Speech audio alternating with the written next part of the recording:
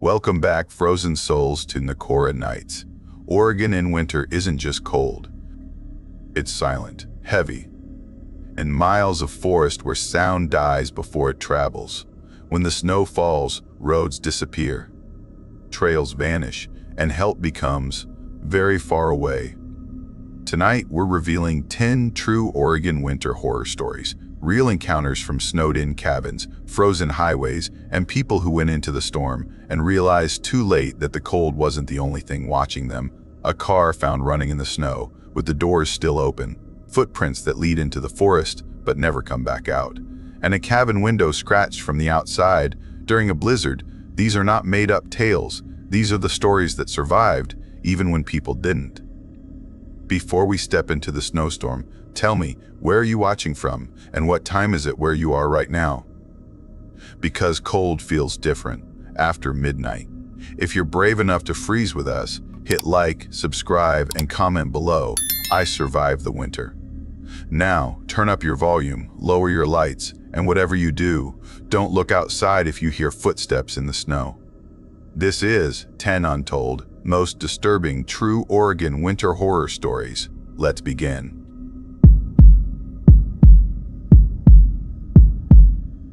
I never believed a quiet winter drive could twist into the most haunting memory of my life. Even now, when I talk about that night, my chest tightens like my body is begging me not to remember.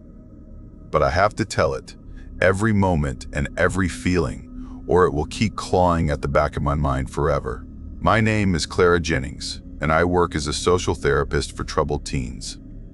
My job means long drives, quiet nights, and visiting youth centers across states. Back then, I thought being alone on the road gave me peace. I was wrong. It was the middle of December, icy winds rolling over Portland, Oregon, when I decided to attend a 3-day winter program on emotional therapy in small towns. The workshop went fine, but I wasn't okay.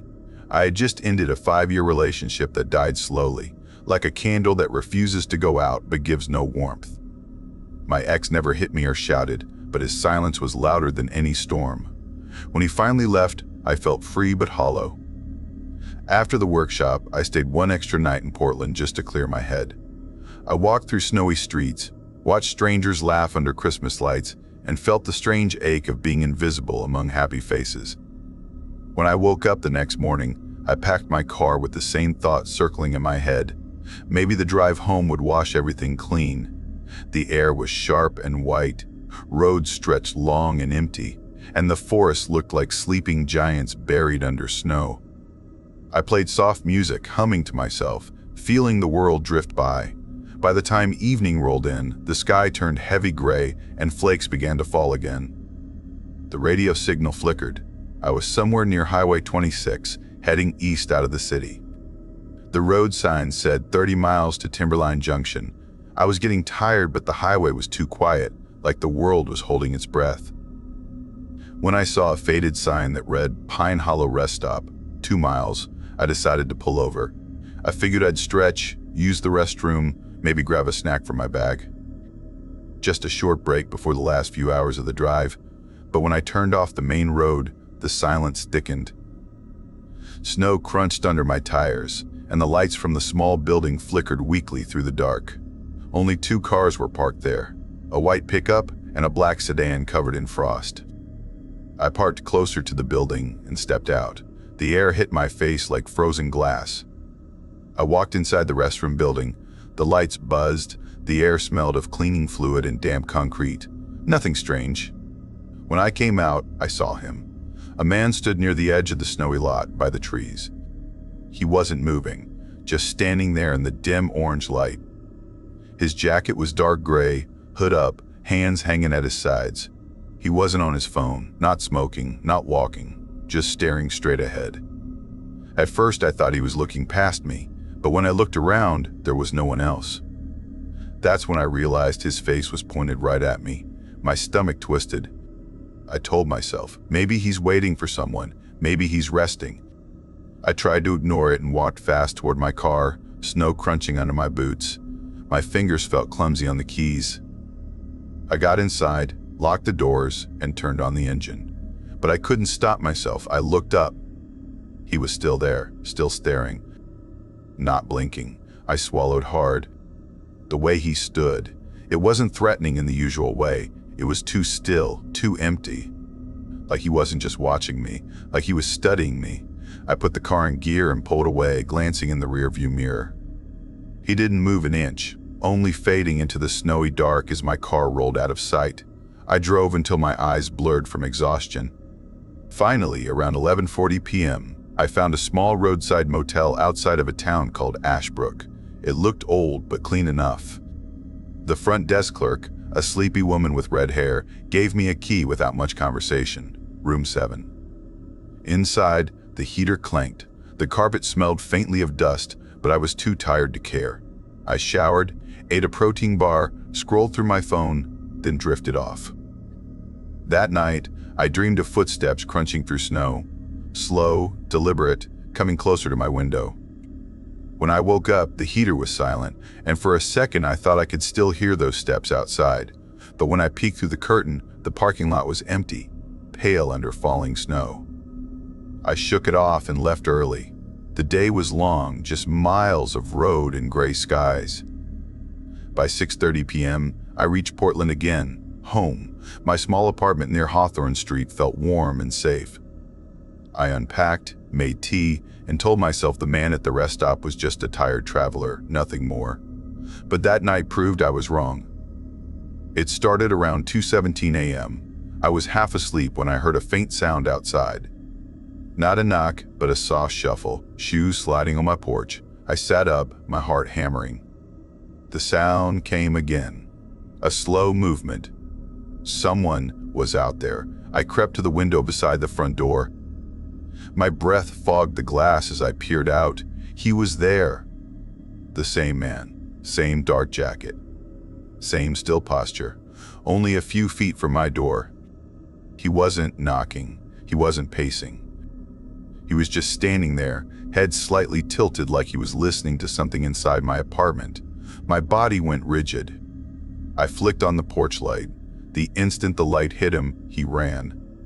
No hesitation. No confusion, just turned and sprinted into the snow, vanishing between the parked cars across the street. I stood frozen, my hands shaking. Then I grabbed my phone and called my friend Naomi, who lived 2 blocks away. Naomi answered, groggy. "Claire, what's wrong?" My voice cracked. Someone was just at my door. The same man from the rest stop. "What? That doesn't even..." "Clara, call the police right now." I did. 2 officers came. Flashlights cutting across the snow. They checked footprints near my porch, asked me questions. One officer said, "Ma'am, maybe it was someone local, a delivery person or a neighbor?" "No," I whispered. "I know what I saw." They nodded politely but didn't look convinced. After a quick patrol, they left, telling me to keep the lights on and call again if it happened. I barely slept the rest of the night. Every creak made me jump. The next few days passed quietly, but my nerves stayed raw. Every shadow outside felt alive. Then strange things started happening. One evening, after work, I found small shoe prints in the snow leading up to my kitchen window, then back toward the street. I told myself maybe a kid passed by, but 2 nights later, I noticed something worse. My car door handle was smeared with something, maybe wet dirt, maybe melted snow, but I hadn't touched it. When I got inside, I saw faint fingerprints on the inside of the driver's window. I locked every door, double-checked every window. Still, I couldn't shake the feeling that someone was watching me. Then came the night the cameras proved it. Naomi convinced me to install a cheap security camera above my front door. The next morning, when I checked the footage, my stomach turned to ice. At 3:12 a.m., the screen showed a dark figure standing by my door. He leaned forward until his ear pressed flat against the wood, listening. He stayed like that for almost 2 minutes. Then turned and walked away. The next night, same time. And the next. 3 nights in a row. The 4th night, I stayed awake with my phone ready to call 911, but that night, he didn't come. Maybe he knew I was watching. Maybe he was waiting. I started leaving my lights on all night, keeping the curtains closed, sleeping with a flashlight beside me. My nerves were wrecked. I stopped eating properly. I was late to work. My coworkers noticed, but I told them it was stress. One Friday evening, snow began falling again, thick and heavy. I left work late, around 7:45 p.m., and walked to my car in the nearly empty lot. My boots crunched the ice. The air was painfully still. Halfway across the lot, I felt it, the sharp, crawling awareness that someone was behind me. I turned slightly. A man in a dark jacket was walking about 20 feet away. His pace matched mine. When I stopped, he stopped. When I moved again, so did he. My breath caught.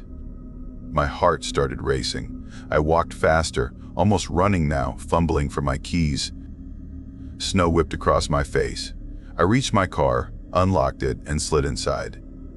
I slammed the door and hit the lock button. A second later, the handle jerked.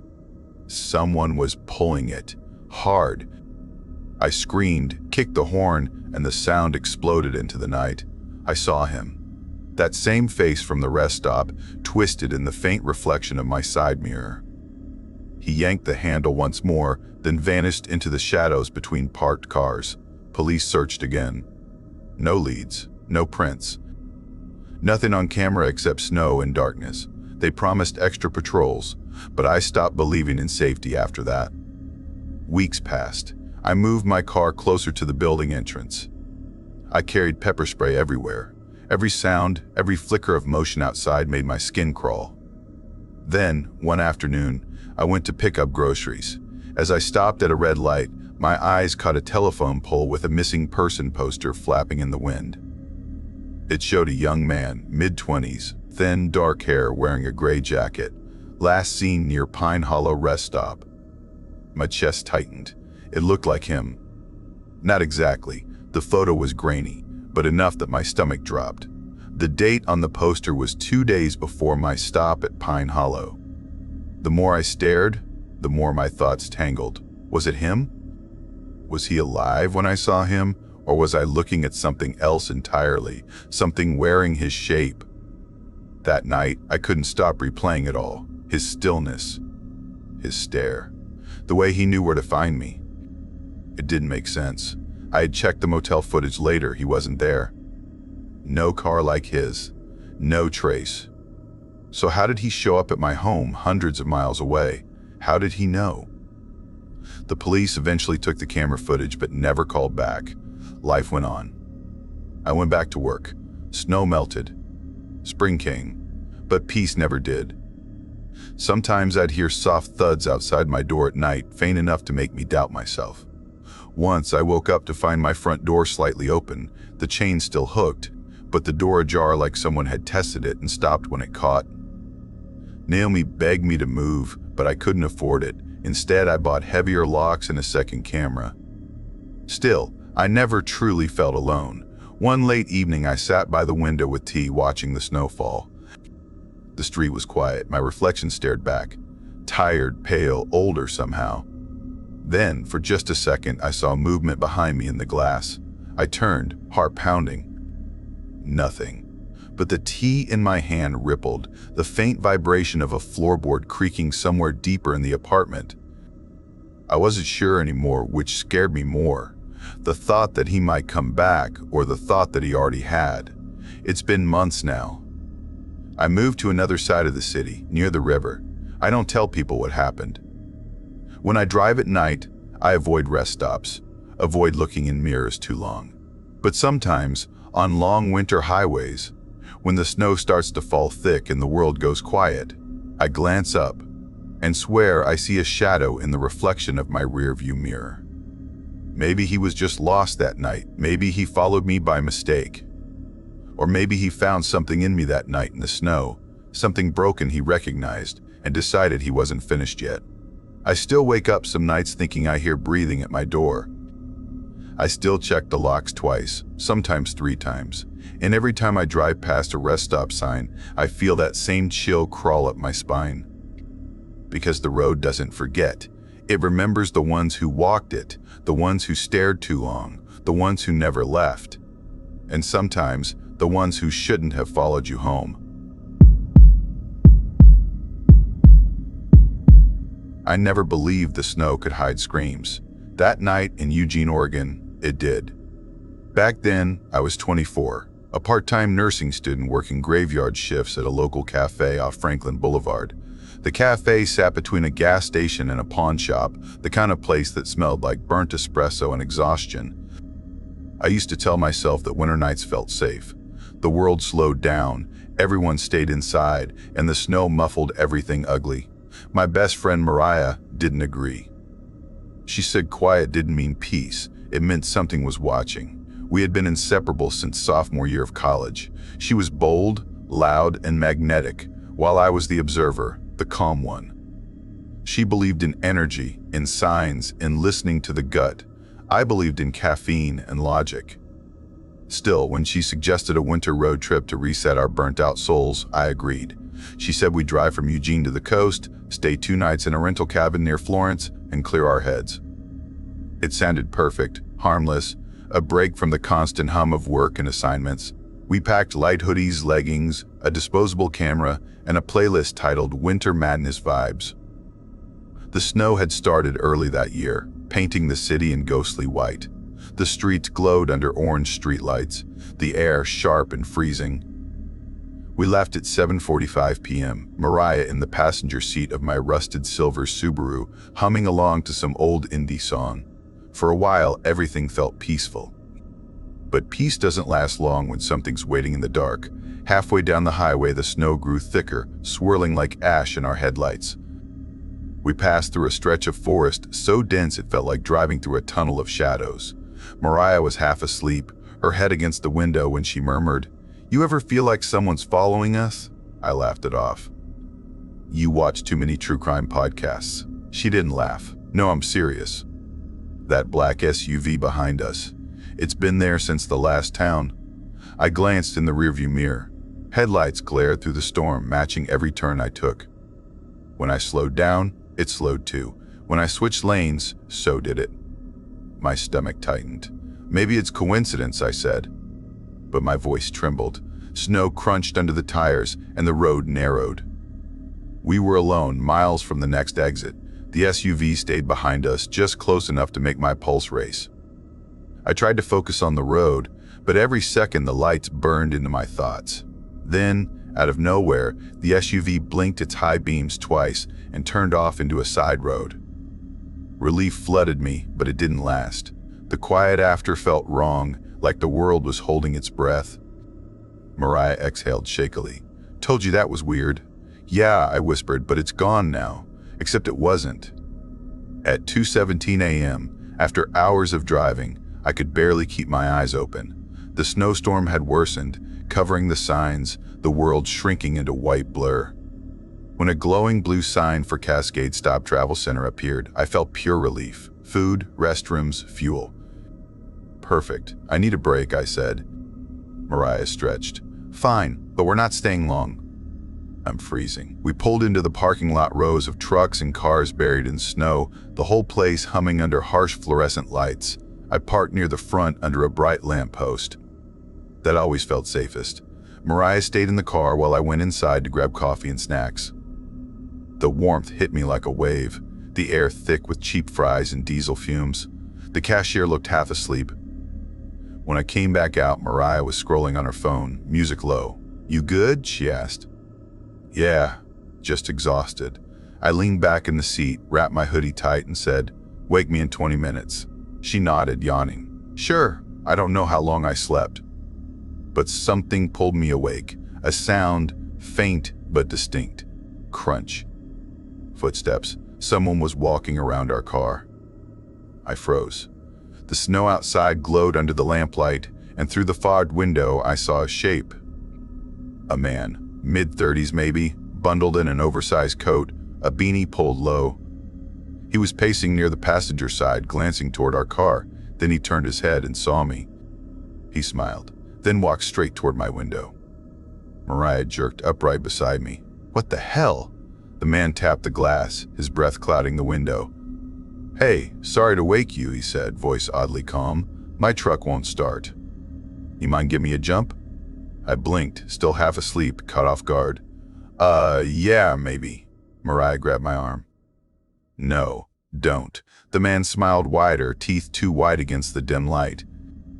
Just right around the corner, not far. I can guide you." Something in his tone made my skin crawl. "Too friendly, too rehearsed," Mariah whispered. "Don't even think about it." He gestured toward the back of a lot, where a dim corner lay near a chain-link fence. "Just back there," he said. "Won't take a minute." I hesitated. The storm howled around us, and guilt twisted in me. Maybe he really needed help. Then I saw movement behind him. A woman stepped out of the shadows near an old RV. Her hair hung wet and tangled, eyes wide and frantic. She waved both hands. "Pull up," she shouted. "Come on, pull up right here," Mariah's whisper turned sharp. "No. That's a setup." I looked closer.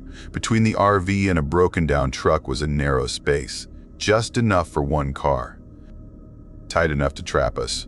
The man waved jumper cables, motioning impatiently. "Come on, it's freezing," the woman yelled again. "Pull up." Her voice cracked like glass. Then she stopped and looked toward the RV window like waiting for a signal. Something shifted inside that RV, a shadow, big and slow. My breath caught. "I'm not pulling in there," I said through the window. The woman's face twisted, friendly gone. "Pull up!" she screamed again. The man spun toward her, furious. "Shut up!" "Get inside," Mariah whispered. "Go, now." I threw the car into reverse. The man stepped closer, his hand brushing the handle. I slammed the gas, swerving out of the lot. The tires screamed, snow flying like dust. My heart hammered as we shot back onto the highway. For minutes, we said nothing, just breathing, just shaking. Then Mariah whispered, "They were waiting." I nodded. "Yeah." We drove until 3 a.m., until the storm faded into light snowfall and a Love Station sign appeared ahead. We parked between two trucks under security cameras, locking every door. Neither of us slept. But that wasn't the end. At sunrise, we reached the highway near the edge of Eugene. My nerves were still raw, my hands trembling. Then Mariah gasped. "That's them." Up ahead, on the opposite lane, a black SUV passed, same one from before, crawling slow. As it did, a man in the driver's seat turned his head. Same face, same beard. He smiled. My chest went cold. Mariah whispered, How did they?" I didn't answer. I pressed the gas. The world blurred again. By the time we reached Florence, the ocean roared like static behind the cabin windows. But I couldn't relax. Every creak, every gust of wind sounded like footsteps in snow. That night, I went outside to breathe. The world was quiet, moonlight cutting across frozen trees. Then I heard it, a faint buzz above. A drone. Small, silent, no lights. Hovering. Following. "Mariah!" I shouted. She ran out, saw it too. The drone tilted, then zipped back into the forest. We stood there shaking. "We need to leave," she said. But we didn't, not yet. We stayed, because running in a storm felt worse, but the night didn't rest. Around 1:30 a.m., the power flickered. The fire dimmed. I turned toward the window. There, someone outside, standing near the trees, watching. "A man," Mariah whispered. "Is that?" Then he lifted a hand and waved. My stomach twisted. I grabbed the keys, yelling, "Get in the car!" We ran, slipping on the ice, hearts pounding. When I turned the ignition, the headlights flashed, and for a split second, I saw something move in the rearview mirror. A woman's face. Pale, smiling. Behind us, I screamed. The car roared forward, the cabin fading in the mirror, and the snow swallowed everything. We didn't stop until Eugene's city lights appeared again. I pulled into the cafe parking lot, shaking so hard I could barely breathe. Mariah was crying silently. Neither of us spoke. That morning, the news reported a missing couple last seen near the Cascade Stop Travel Center. Their car found near the fence, doors open. Yeah. Engine cold. The man in the photo had the same beard. The woman had the same wild eyes. I turned off the TV. My reflection in the screen looked ghostly. For weeks after, I couldn't drive alone. Couldn't stand the sound of footsteps crunching snow. Every night, I thought I heard a whisper outside the window, my name. stretched long and soft. Now, whenever someone tells me Oregon's winters are peaceful, I smile and say nothing, because I know what lives in the quiet. Sometimes they don't follow you home. Sometimes they're already there, waiting for the lights to go out.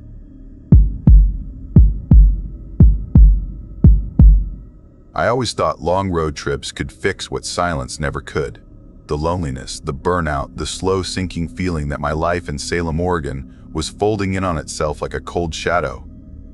After losing my writing job at a small online travel site, everything started falling apart. My friends got busy with marriages, promotions, new houses. I stayed behind, stuck in a narrow apartment above a noisy diner, watching frost crawl up my window each morning. My name is Claire Morgan, and that winter I needed to escape before my thoughts swallowed me whole.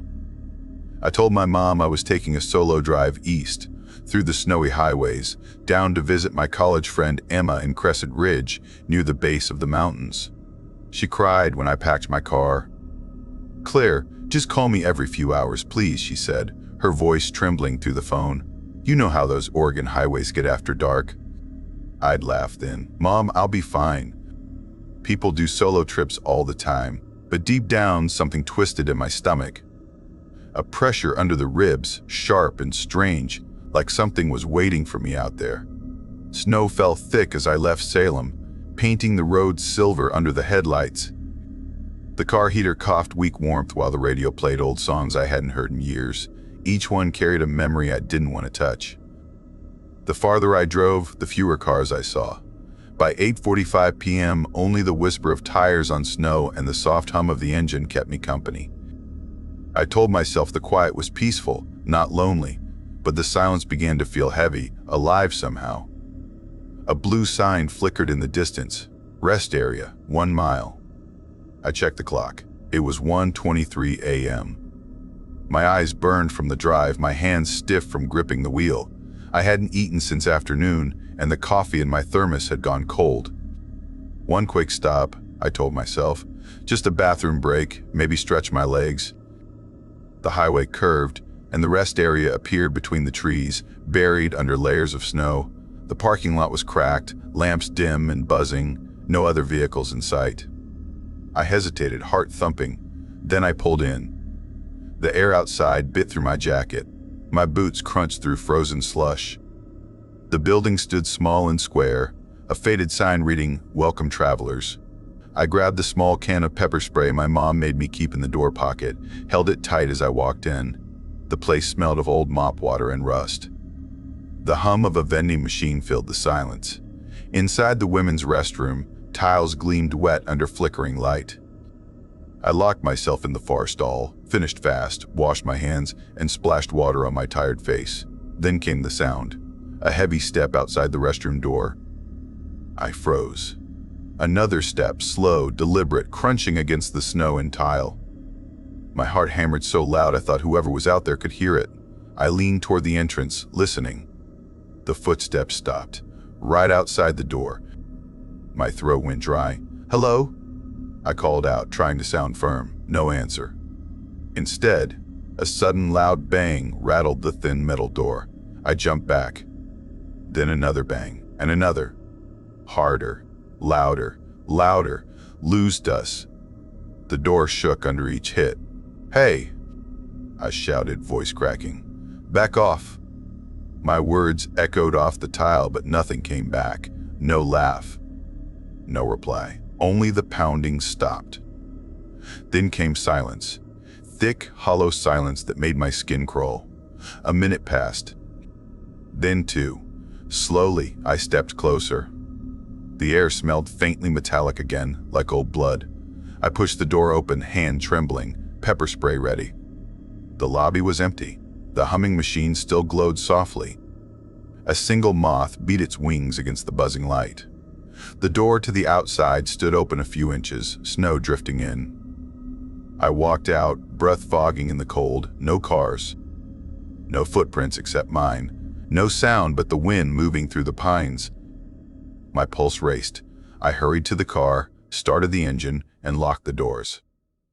As the headlight swept across the exit road, something moved between the trees. My breath stopped. A figure stepped out from the dark woods, tall, wrapped in a thick brown jacket, gray hair wild, boots caked with mud. His face was pale, creased like old paper. He didn't move toward me, just stood there, eyes fixed on the car. I swallowed hard, reversed slowly, my tires crunching over the ice. Then he began to walk forward. I shifted into drive, pressed the pedal. He walked faster. Then he broke into a run. The sight made my blood freeze.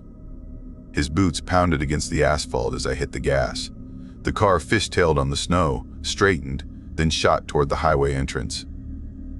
My hands shook so hard I could barely steer. In the mirror, I saw him still running, his dark shape shrinking in the rear lights. I drove until my hands cramped on the wheel. By 2:17 a.m., I finally stopped at a gas station near Mill City. I called the police, voice trembling. They told me to calm down, said they'd send someone to check the rest stop. I waited on the call until my breath steadied, then drove off again, refusing to look in the mirrors. The operator said there was probably no one there anymore, but something in her tone made me think she didn't believe me. The next night, I reached Crescent Ridge. Emma welcomed me with open arms, warm blankets, and the smell of hot cocoa. Her apartment was small but cozy, tucked behind a row of pine trees, frost glittering on the windowsills. We laughed about old memories, about stupid college trips, about nothing that mattered. I didn't tell her about the man at first. I just wanted to feel normal again. But that night, as the clock crept past 1 a.m., I heard it again. The sound of slow, heavy steps outside the apartment door. The same rhythm, the same deliberate weight. My skin prickled. Then came a soft knock. 3 taps. My heart stopped. I froze in the hallway, staring at the door. "Claire, you expecting someone?" Emma called from the living room. "No," I whispered. I moved toward the peephole, breath shaking. Under the porch light stood the same man. Same jacket, same eyes. His lips curved into a slow smile that didn't reach his eyes. I stumbled backward, heart crashing against my ribs. Emma came to the door, confused. "What's wrong?" "Who is it? Don't," I started, but she was already peeking through the window. Her face went pale. "What the hell?" she whispered. The man stepped backward into the dark, disappearing between the trees.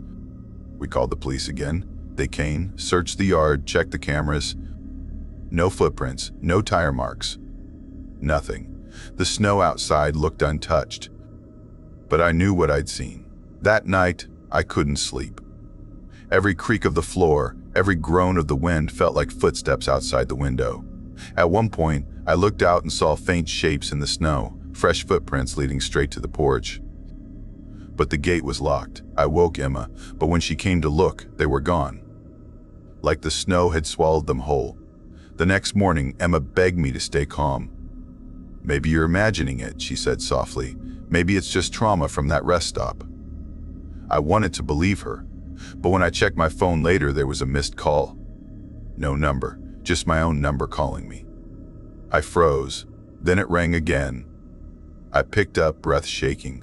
The voice on the other end was mine. "Don't open the door," it whispered. My stomach turned to ice. The call ended. My hands trembled as I showed Emma the call log. She went pale. "Claire, that's impossible." I didn't know what to say. Outside, snow kept falling, covering everything in silence.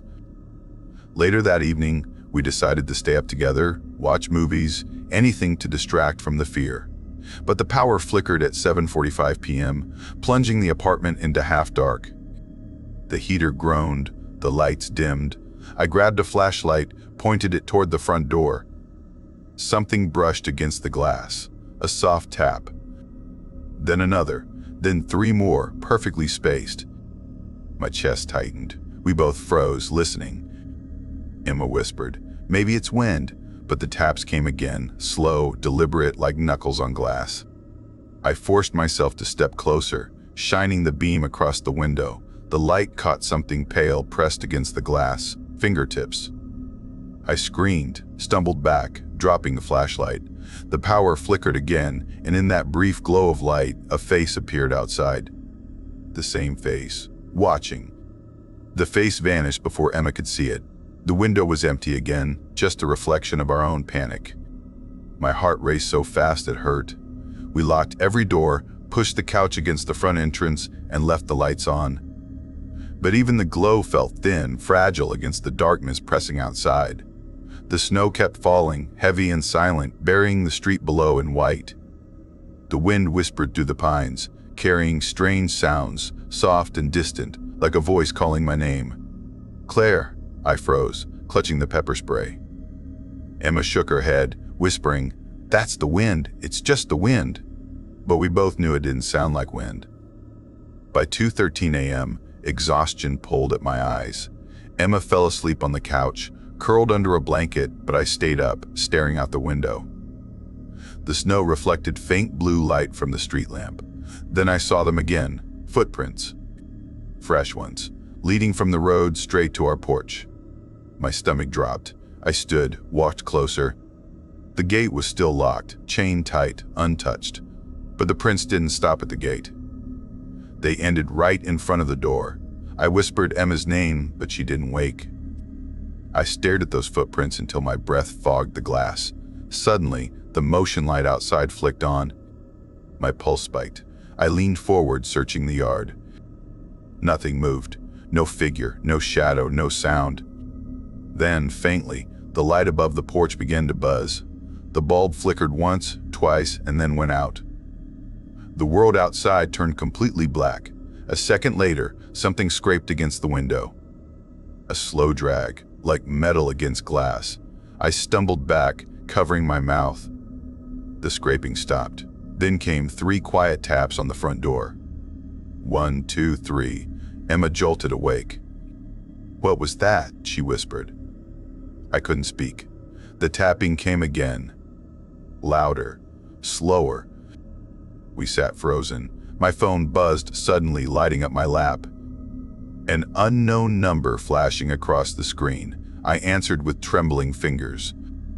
A voice whispered, low and familiar, my own voice, "Don't open the door." The call ended. Emma stared at me, eyes wide. "Claire, what's happening?" I shook my head, whispering, "I don't know." The tap stopped. For a long minute, the only sound was the hum of the dying heater. Then, from the back of the apartment, a soft creak echoed, the sound of a door moving on its hinges. We hadn't unlocked any other door. Emma grabbed a kitchen knife. I held the flashlight. We crept down the narrow hallway. The back door was shut tight. Snow piled high outside, but the doorknob glistened, wet like someone had touched it with bare hands. My flashlight flickered, and for a heartbeat, I saw a shape standing at the tree line beyond the fence. Tall, still, watching. We backed away slowly, locking the door again, pushing a chair under the handle. My heart wouldn't stop pounding. We huddled in the living room waiting for morning. Hours passed in that endless dark, every tick of the clock sounding louder than the last. At 6:42 a.m., weak sunlight filtered through the blinds. Snow sparkled like crushed glass outside.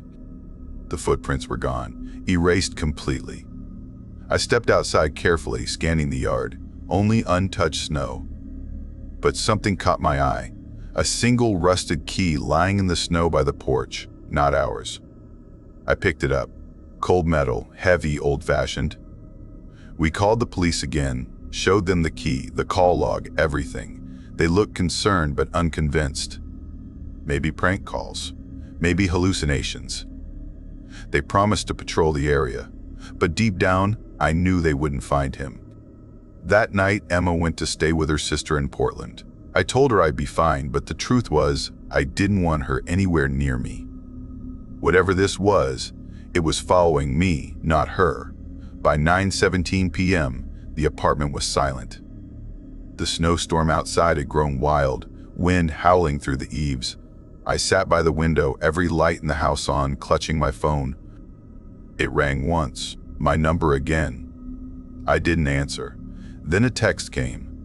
6 words that froze my blood. "You left something in the car." I dropped the phone, heart hammering. My car was parked outside, half buried in snow. I hadn't touched it since I arrived. Slowly, I walked to the window. The headlights were on. I hadn't turned them on. The beams pointed straight at the house, cutting through the storm. A shadow moved behind the light. My throat tightened. I couldn't see a face, only the outline, the jacket, the boots, the way he stood completely still. My fingers fumbled for my phone. The screen flickered. The battery died. The headlights suddenly shut off. Darkness fell heavy again. I backed away from the window, every muscle locked with fear. The silence stretched on and on. Then, faintly, from the porch, the sound of snow crunching under boots. One step, then another, each ways from the... Then closer, the door handle rattled. I whispered a prayer, gripping the pepper spray. The rattling stopped. Then came a voice, deep and low, muffled through the wood. "You should have stayed on the road."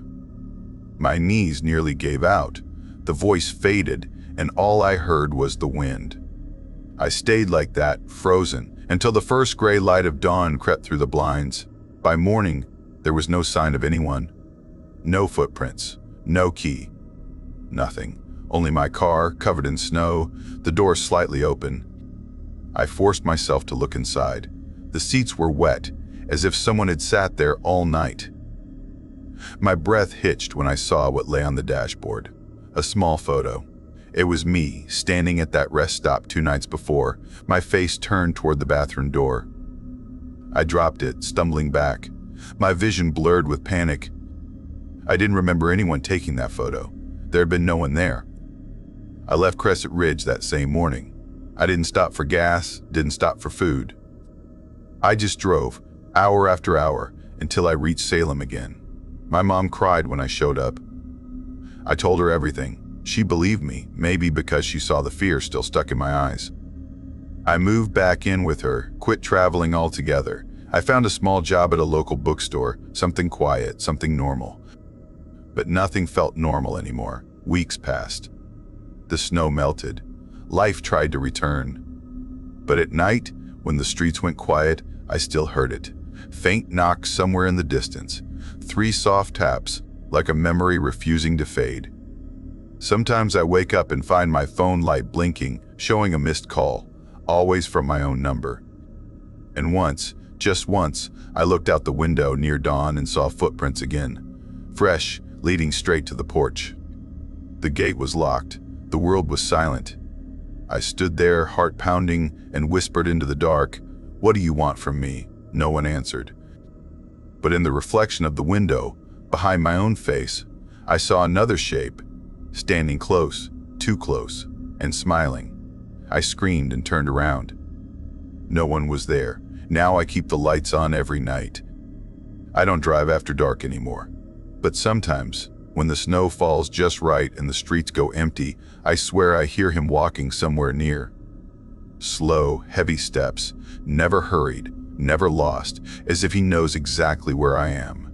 Maybe he followed me home that night. Maybe he never left the road at all. Maybe he's waiting for me to stop again.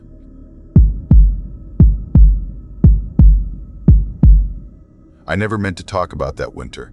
Some nights I still wake up gasping, thinking I hear that engine again under the snow wind. My name's Mara. I used to teach art at a small middle school in Eugene, Oregon, and before that winter I thought fear was something you could explain away, something that belonged in stories. I don't think that anymore. Back then, the plan was simple, just a quick winter weekend road trip north to Bend. My best friend Lena had been begging for it all semester. She said I'd been buried too long under lesson plans and paint stains, that I needed mountains, pine air, and hot chocolate that burned your tongue. I said fine, as long as she handled the playlist and I handled the driving. We left before sunrise, the sky still a dull gray curtain. She climbed in wearing a red parka and ridiculous fur boots, grinning like we were off to a festival, not a frozen highway. By 7:20 a.m., we'd cleared the city. Snow flurries danced in our headlights, soft and harmless. Lena sang along to old songs, tapping the dashboard while I gripped the wheel. The road shimmered with thin ice, but I was calm, cautious by nature. Always had an emergency kit in the trunk, blankets, flashlight, pepper spray, even a little hatchet for my dad's camping days. I thought I was ready for anything the road could throw at us. I was wrong. Around 9, we stopped at a gas station on the edge of Sisters, Oregon. The place looked like it had been built in another decade. One flickering sign, a single pump, and a store where everything smelled faintly like coffee grounds and coal dust. Inside, a man at the counter didn't look up when the bell chimed. Lena went for snacks. I asked for directions because the GPS had dropped out. The man's eyes lifted slowly, gray like wet gravel.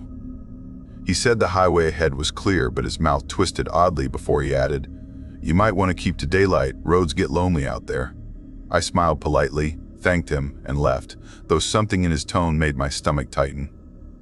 Outside, the cold bit hard, wind sharp enough to sting the skin. When I came back out, Lena was sitting in the car already, window fogged. She waved, pretending to chew jerky like a cowboy. We laughed and rolled off the lot. Snow had started falling thicker now, coating the trees, making the whole world look like one endless white corridor. For a while, it was peaceful, radio humming, heater crackling, the quiet kind of drive that makes you forget real life. Then, near 11:15 a.m., Lena frowned at the mirror. "Hey," she said, "was that truck behind us back in town?"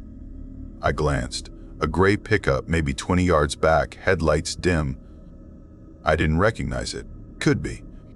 Small towns, same vehicles everywhere. She shrugged but kept glancing back. A mile passed. Another. The truck didn't pass, just kept the same slow distance. I tried to focus on the road, but something about the way its headlights hovered, never close, never far, gnawed at me. By noon, the snow turned heavy, smearing the world into blurred white lines. The truck stayed. Every curve, every climb, it followed like a dull shadow. Lena pulled out her phone. No signal. She muttered a curse. I gripped the wheel tighter. Still, I told myself, coincidence. It had to be. We stopped at a rest area near Mount Washington, just 2 lonely bathrooms and a soda machine half buried in snow. I parked, heart knocking faster than I wanted to admit. The pickup pulled in too, but didn't take a space. It idled near the tree line, engine whispering. Lena noticed. Her voice dropped. "Mara, why's he stopping here?" I forced a laugh, probably stretching his legs. But neither of us moved. Then the truck's headlights blinked off.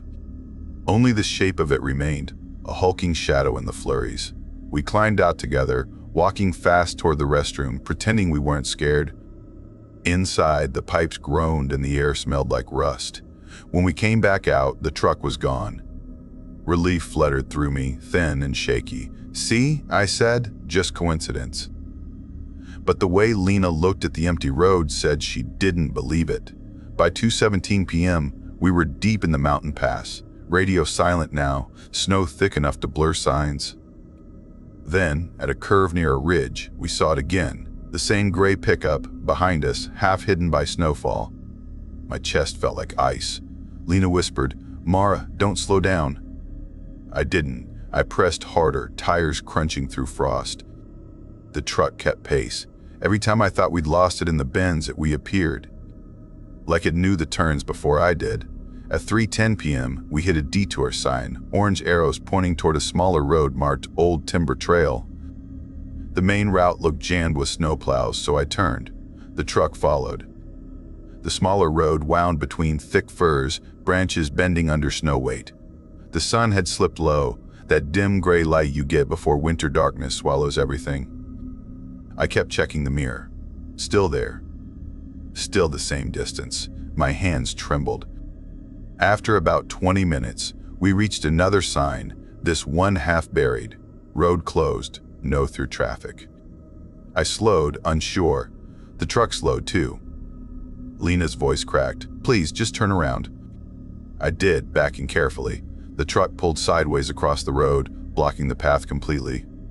Its headlights blinked on, white and blind. I froze. Lena's breath hitched beside me. My mind screamed, "Move."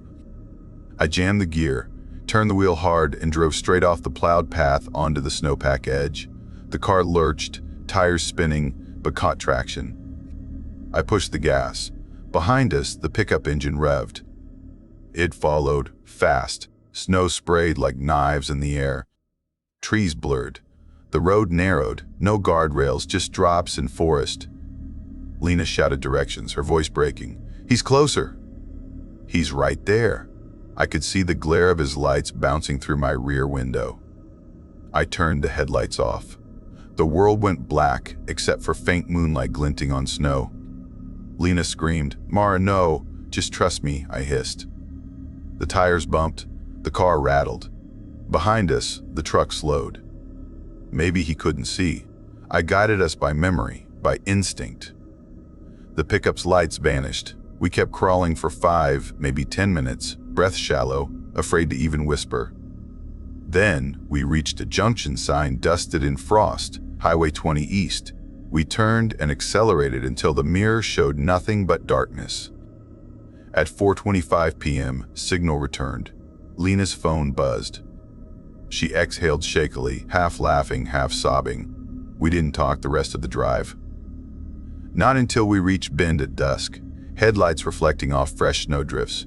The world suddenly too calm, too quiet. We checked into a small lodge with creaking floors and a lobby that smelled like pine sap. I remember standing at the window looking out at the parking lot. For a heartbeat, I thought I saw that same gray shape idling near the trees.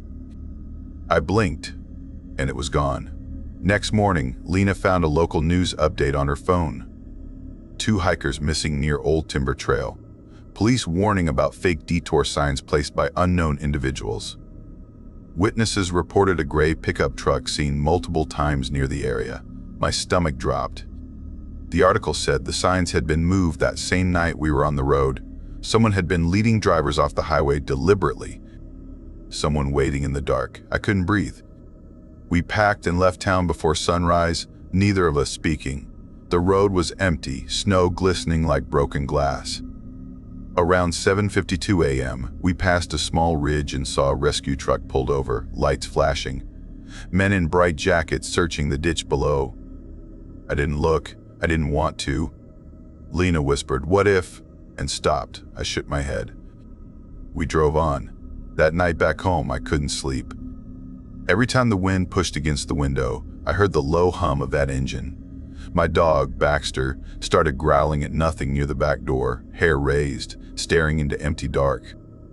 I told myself it was just his nerves, but when I looked outside, fresh tire tracks curved through the snow behind my house, stopping halfway down the drive and vanishing. Days later, I found something stranger. My old spare car key, the one I lost months before that trip, was sitting on my porch, half buried in frost. No footprints around it, no sign of anyone near. Just the key, gleaming cold and wrong. I called Lena immediately. She answered breathless, saying she'd heard footsteps outside her window the night before, slow crunches in the snow, but when she looked out, nothing. Only a single trail of prints leading away toward the street, fading in the wind. Weeks passed. The police said they found tire imprints matching an older model pickup near where those hikers vanished, but no license, no suspect, no end. Life went on, or pretended to. Lena stopped driving after dark. I changed houses, moved apartments, but fear followed like a second shadow. Once in late February, I stopped at a grocery store outside Salem. As I left, I caught my reflection in the glass door, and behind me, faint but clear, stood a silhouette, not close enough to see features, just a shape watching. I turned. The aisle was empty. I left the basket where it was and ran. Now it's been nearly a year. People think trauma fades. It doesn't. It burrows in you. Sometimes I still drive the back roads near Bend in my head, replaying each second, asking what if we hadn't turned, what if we'd stopped when he blocked the road. Sometimes at night I hear a truck down the street, a low idle under the snowstorm. I tell myself it's a neighbor. I tell myself it's nothing. But when I look outside, I can almost see headlights behind the trees, 2 pale eyes watching, waiting for the road to clear again.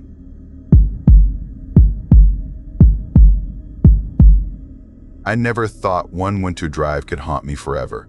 That's the first truth I've learned to live with. My name is Rose Wren. I'm 26 years old, and for most of my life I believed fear was simple nerves. Before a job interview, the kind of dread that sits in your chest when you hear a noise at the window after midnight. But the kind of fear that follows you home, crawls into your sleep, and refuses to fade. That's something else entirely. And it found me on a freezing highway just outside Medford, Oregon, one long winter night I'll never forget. Back then, I worked as a hairstylist at a small salon near downtown. Nothing special, just a girl trying to make it, paying rent on a shoebox apartment, doing my best to rebuild life after losing my mom. I had taken time off college after she passed, thought I'd lost myself for good, but I'd started to feel normal again. My best friend Iris had been my anchor through it all. When she called one afternoon screaming, "Rose, I got us backstage passes for the band in Portland," I didn't even hesitate. It felt like I owed her that night. She had seen me at my worst, dragging me outside when I refused to leave bed, forcing me to eat when grief swallowed me whole. We left Medford around 5:45 p.m., the sun already melting behind the mountains. The snow had just started to fall light, lazy flakes drifting down like ash. We blasted old songs, talked about high school drama, and laughed harder than we had in months. The concert was everything, loud, emotional, messy in all the right ways. When it ended, I felt alive again, like the world had color. But the night wasn't over yet. By 12:21 a.m., we were back in the car, my old red Subaru, half frozen, heater whining. Iris had work the next morning, so we decided to drive straight home. "We'll just grab coffee on the way," she said, yawning. I nodded, rubbing my eyes, exhaustion settling in like fog. About 10 minutes outside Portland, we spotted a lonely gas station, Harper's Quick Stop, its sign flickering in the wind. The lot was almost empty except for one black pickup at the far end. The air was sharp and cold, the kind that makes your breath visible. Inside, the place felt off. Fluorescent lights buzzed overhead, humming like angry insects. The man at the counter barely looked up from his phone as we used the restroom and grabbed snacks. Everything smelled faintly of rust and old coffee. We got back in the car, heater blasting, ready to hit the highway again. I opened my phone to check the route home. Google Maps blinked for a moment, then flashed a message. "Faster route found, save 20 minutes. It redirected us away from the interstate, onto a smaller road that curved south toward the outskirts. Iris leaned over my shoulder. "Weird, that wasn't there before. Maybe there's construction," I muttered, though my gut twisted a little. She shrugged. "Whatever gets us home faster." So I clicked, accept. The moment we left the light of the gas station, the darkness swallowed everything. No street lamps, no traffic, no sound except our tires crunching snow. The road stretched ahead, straight as an arrow, cutting through empty farmland.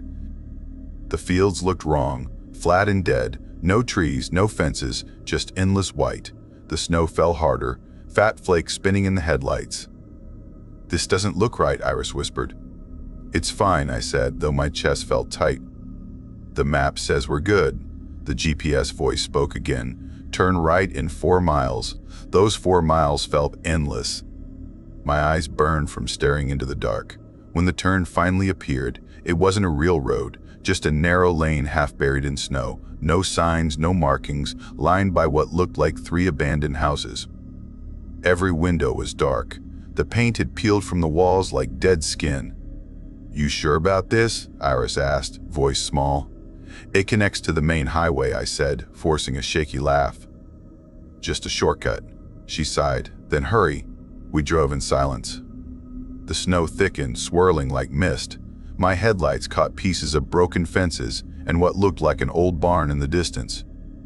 Then the GPS spoke again, its voice oddly louder than before, rail crossing ahead. I frowned. "I don't see any lights." "Be careful," Iris said. "Some crossings don't have signals out here." I slowed down.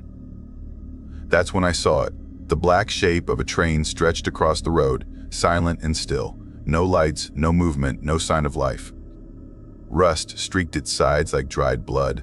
Graffiti covered the cars, symbols I didn't recognize, harsh and crooked, like someone carved them with anger. One door hung halfway open, swinging slightly in the wind. "What the hell?" I breathed. "Rose," Iris whispered. "Why would your GPS bring us here? I don't know." I shifted the gear to reverse. "We're going back." That's when Iris's voice trembled.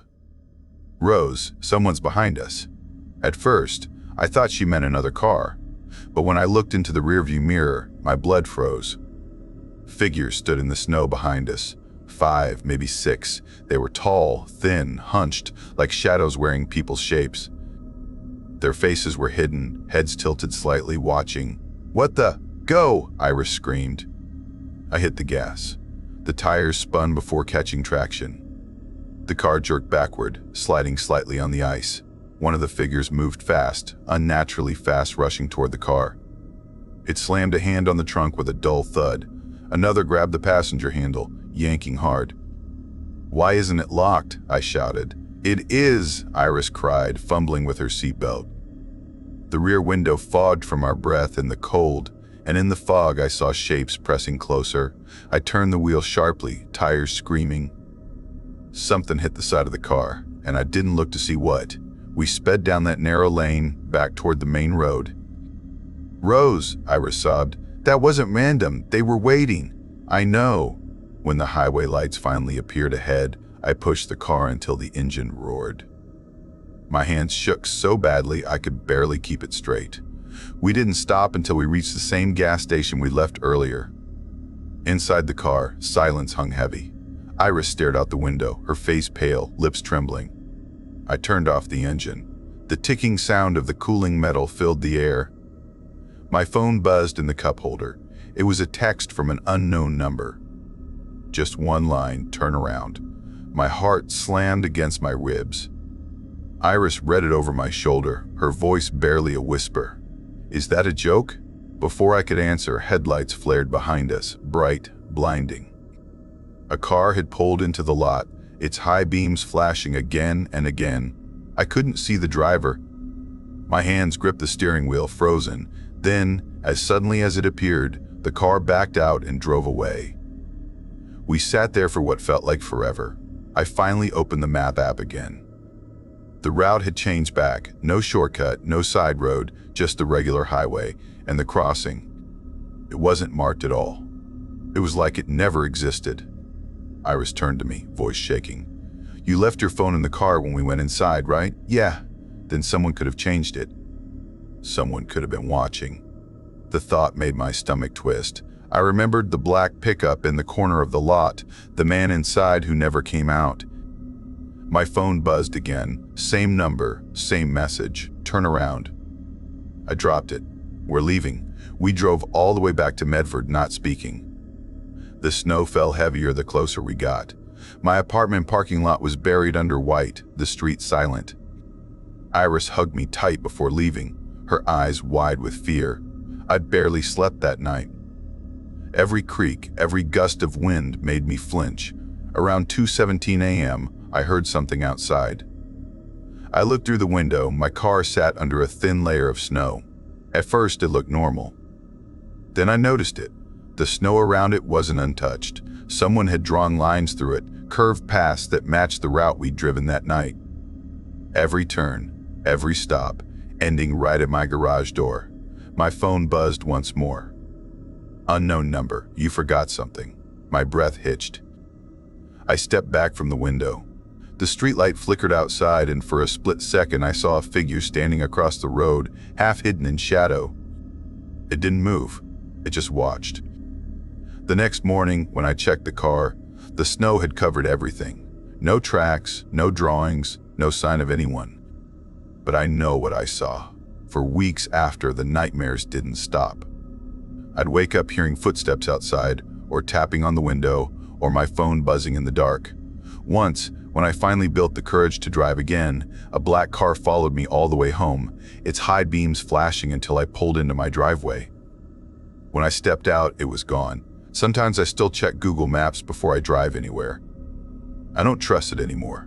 Because sometimes, late at night, it offers me that same route again, faster by 20 minutes, cutting through an unmarked road near an abandoned crossing south of Medford. And I swear I can still hear Iris's voice whispering beside me, "Don't take it. Please, don't take it."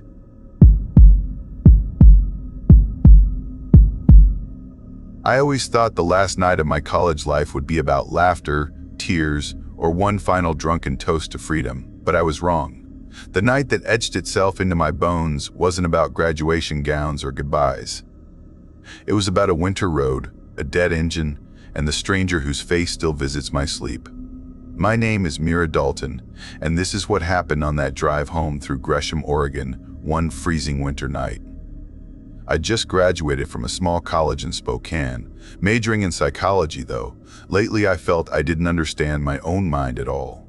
I was 23, exhausted, broke, and clinging to the idea that finishing college would mean everything would somehow start making sense. Instead, I was driving home through snow-wrapped highways with a back seat full of old textbooks and thrift store furniture and a heart that felt empty. My parents were waiting in Gresham, their voices bright over the phone earlier that morning. My mom had said she'd make stew. My dad promised to check my car when I got home. I smiled through my exhaustion and said I'd be there before midnight. The drive started peaceful enough. The winter landscape looked like it belonged in some quiet painting, pines glazed with frost, fields blanketed white under the dim sun. I hummed along to old songs, telling myself I was finally moving towards something better. But after the sun slid behind the mountains, the world turned dark fast. The road narrowed into long, lonely stretches. Snow began to fall again, soft but heavy, and the sky felt too close. By 7:45 p.m., the highway was nearly empty. My little gray car, a 2003 Accord I'd bought secondhand from a guy named Lennox, rattled with every mile. I'd been warned the alternator was weak, but I didn't have money to fix it. I figured, what's the worst that could happen? Just get home first, deal with the rest later. As the snow thickened, the headlights caught flakes swirling like ash. My phone battery was low, maybe 10%, but I was still getting some signal. I texted Mom that I might be late, then plugged it into the dying charger. The heater wheezed, blowing cold instead of warm. I wrapped my coat tighter. Around 9 p.m., the last gas station lights vanished behind me, and the highway grew into something else, too quiet, too endless. The kind of quiet that presses against your skin until you start hearing your own pulse. I remember thinking, this is fine, I'm almost home. That was the last calm thought I had. The car made a low groan, a sound I'd never heard before, deep, metallic, like something choking. Warning lights blinked across the dashboard, one after another, red and orange and urgent. I tapped the gas. Nothing. The headlights dimmed. My heart started racing as I whispered, "Don't do this. Not here." Not now. The engine coughed once, twice, then died completely. The wheels crunched as I coasted onto the icy shoulder. For a moment, all I heard was wind. Then silence. Just me, the snow, and the dark woods crowding the road. My breath fogged the air, trembling. I tried the ignition. Click, click, click. Nothing. Again. Click. Still nothing. I stared at the phone. No signal. 0 bars. The battery was down to 8%. I cursed softly and smacked the steering wheel. "Come on, Mira. Think," I muttered. My dad's voice echoed in my head. "If the car ever dies at night, don't get out.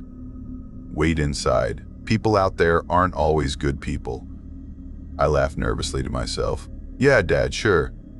Except nobody's out here anyway." But then I realized how true that was. The road stretched for miles in both directions, swallowed by forest. No lights, no other cars. Just trees that looked too tall and too close, their shapes twitching in the wind. Minutes passed. I sat there trying to convince myself that someone would drive by, that I'd see headlights any second. But the highway stayed empty. The snow piled higher, whispering against the glass. The isolation started to crawl under my skin. Then something moved in the mirror. At first, I thought it was just snow drifting in the beam of my brake light, but then I heard it, a slow crunch of footsteps behind the car. I froze, breath caught halfway in my throat. Another step. Closer, then a sound.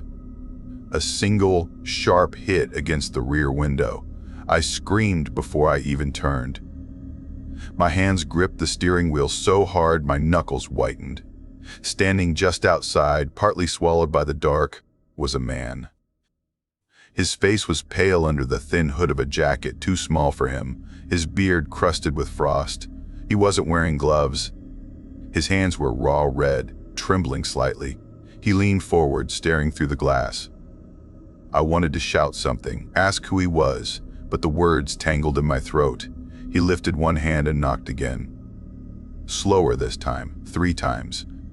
Knock, knock, knock. I mouthed silently, "Go away." My breath fogged the glass between us. He didn't move. Instead, he tilted his head, studying me the way a person looks at something they've been searching for. Then, without a word, he tried the door handle. It rattled violently. Locked, thank God. He tried again, harder. My pulse pounded so loud it drowned out everything else. He began walking along the side of the car, dragging his nails against the metal as he went. The sound sliced through the cold air, shriek, shriek, shriek. When he reached the front, he stopped and stared down at the hood, tilting his head like he was reading something written on it. Then he came to my window, bending down until his face was inches from mine. His eyes were wrong, wide, unblinking, pupils too small. His lips cracked when he spoke. "You should open the door," he rasped. I shook my head. "I can't," I said weakly, voice shaking.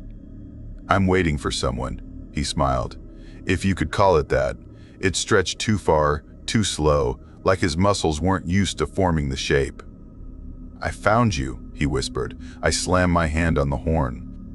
It blared once, but it cut out halfway through, the sound dying like the battery had given up too. The man's smile vanished. He stood still for a moment, then knocked again, harder. Knock, knock, knock. I screamed, "Leave me alone." He leaned closer, his breath frosting the window. "You shouldn't be out here, Mira. Not tonight." He said my name. I swear he said my name. I didn't remember ever telling him. I didn't even have a name tag anywhere. How did he know? I felt my chest tighten, panic burning through my lungs. My fingers shook as I tried the ignition again. Click, click, click. Please, please, then, miracle. The engine sputtered, coughed, roared alive. His head snapped toward the sound. I floored the gas pedal. The tires screamed against the ice before catching traction. The car shot forward, fishtailing onto the road. In the mirror, the man was running. Fast, too fast, too fast. And then another shape stepped out of the trees beside him. Another man. I couldn't see his face, just the outline, tall, broad, and moving toward the road. My hands locked on the wheel. I didn't care if the car broke down again. I didn't slow down. 60, 70. The headlights bounced against snow. My breathing was ragged, uneven. I kept glancing in the mirror, terrified I'd see them behind me. But all I saw was white snow swirling like ghosts. When I finally reached a gas station 20 miles later, I nearly crashed into the curb. The lights of the station felt unreal, like safety made of glass. I stumbled out, legs shaking, gasping air that hurt to breathe. Inside, the clerk looked up in shock as I burst through the door. "Miss, are you all right?" he asked. I couldn't speak for almost 10 minutes. When I finally managed words, they came out cracked. There was someone on the highway. 2 men. My car died. They tried to get in. He stared, uneasy. "You sure?" "Ain't no one been driving this stretch tonight. Too much ice." He called the local sheriff for me. They sent a deputy to check. He found nothing. No footprints, no broken branches. Just my tire tracks leading away from the shoulder. The deputy said the snow probably covered everything. But he looked nervous too. When I got home, my parents rushed out to meet me. My dad checked the car in the morning, scratching his head. The alternator was shot. The battery should have been dead hours before it restarted. He kept saying I was lucky. Real lucky. But luck doesn't explain what I heard. 2 weeks later, a story hit the local news. A missing girl, early 20s, vanished while driving that same route through Gresham. Her car was found deep in the woods, engine dead, driver's door open. They said there were footprints leading into the trees and then nothing. My stomach turned cold. That night, the man had whispered, "I found you." Then he'd looked toward the woods and said something else. Another one. I still hear that phrase sometimes when I close my eyes. I tried to move on. I got a job at a local daycare, spent my days pretending to be normal, but every winter, when the snow falls thick, I start hearing things again. The crunch of footsteps outside my window at the same time every night, 2:17 a.m. I've checked the clock enough to know it's always the same. At first, I told myself it was just animals. Deer, maybe a neighbor shoveling snow. But then the shovel sound came from my driveway, slow, deliberate scraping, and when I looked outside, there was no one there, just a clean line of snow cleared in front of my car. It started happening every night. I stopped sleeping. I left notes for my dad to check the cameras, but the footage always showed static for exactly 1 minute, starting at 2:17 a.m. He said it was a glitch. One morning, I opened my mailbox and found something that shouldn't have been there. 3 printed photos, all of them of my porch, taken from slightly different angles, each stamped with a date, each the same date as one of those nights. I took them to the police. They said maybe it was a prank, maybe someone messing with me. But the look on the officer's face when he saw the last photo told me he didn't believe that, because in the last picture, standing near my car, was a man. Thin, bearded, wearing a jacket too small for him. Behind him, the faint outline of another figure in the trees. That night, I couldn't breathe. I sat by my window, lights off, watching the snow fall.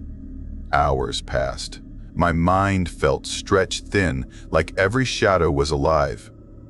When the clock blinked, 2:17 a.m., I heard it again, the scrape of a shovel. My heart slammed against my ribs. I forced myself to look outside. The driveway was empty. But in the snow, someone had written 3 words, not with their hands, but dragged into the ice with something sharp. Found another one. The words seemed to pulse in the moonlight, fresh and wet.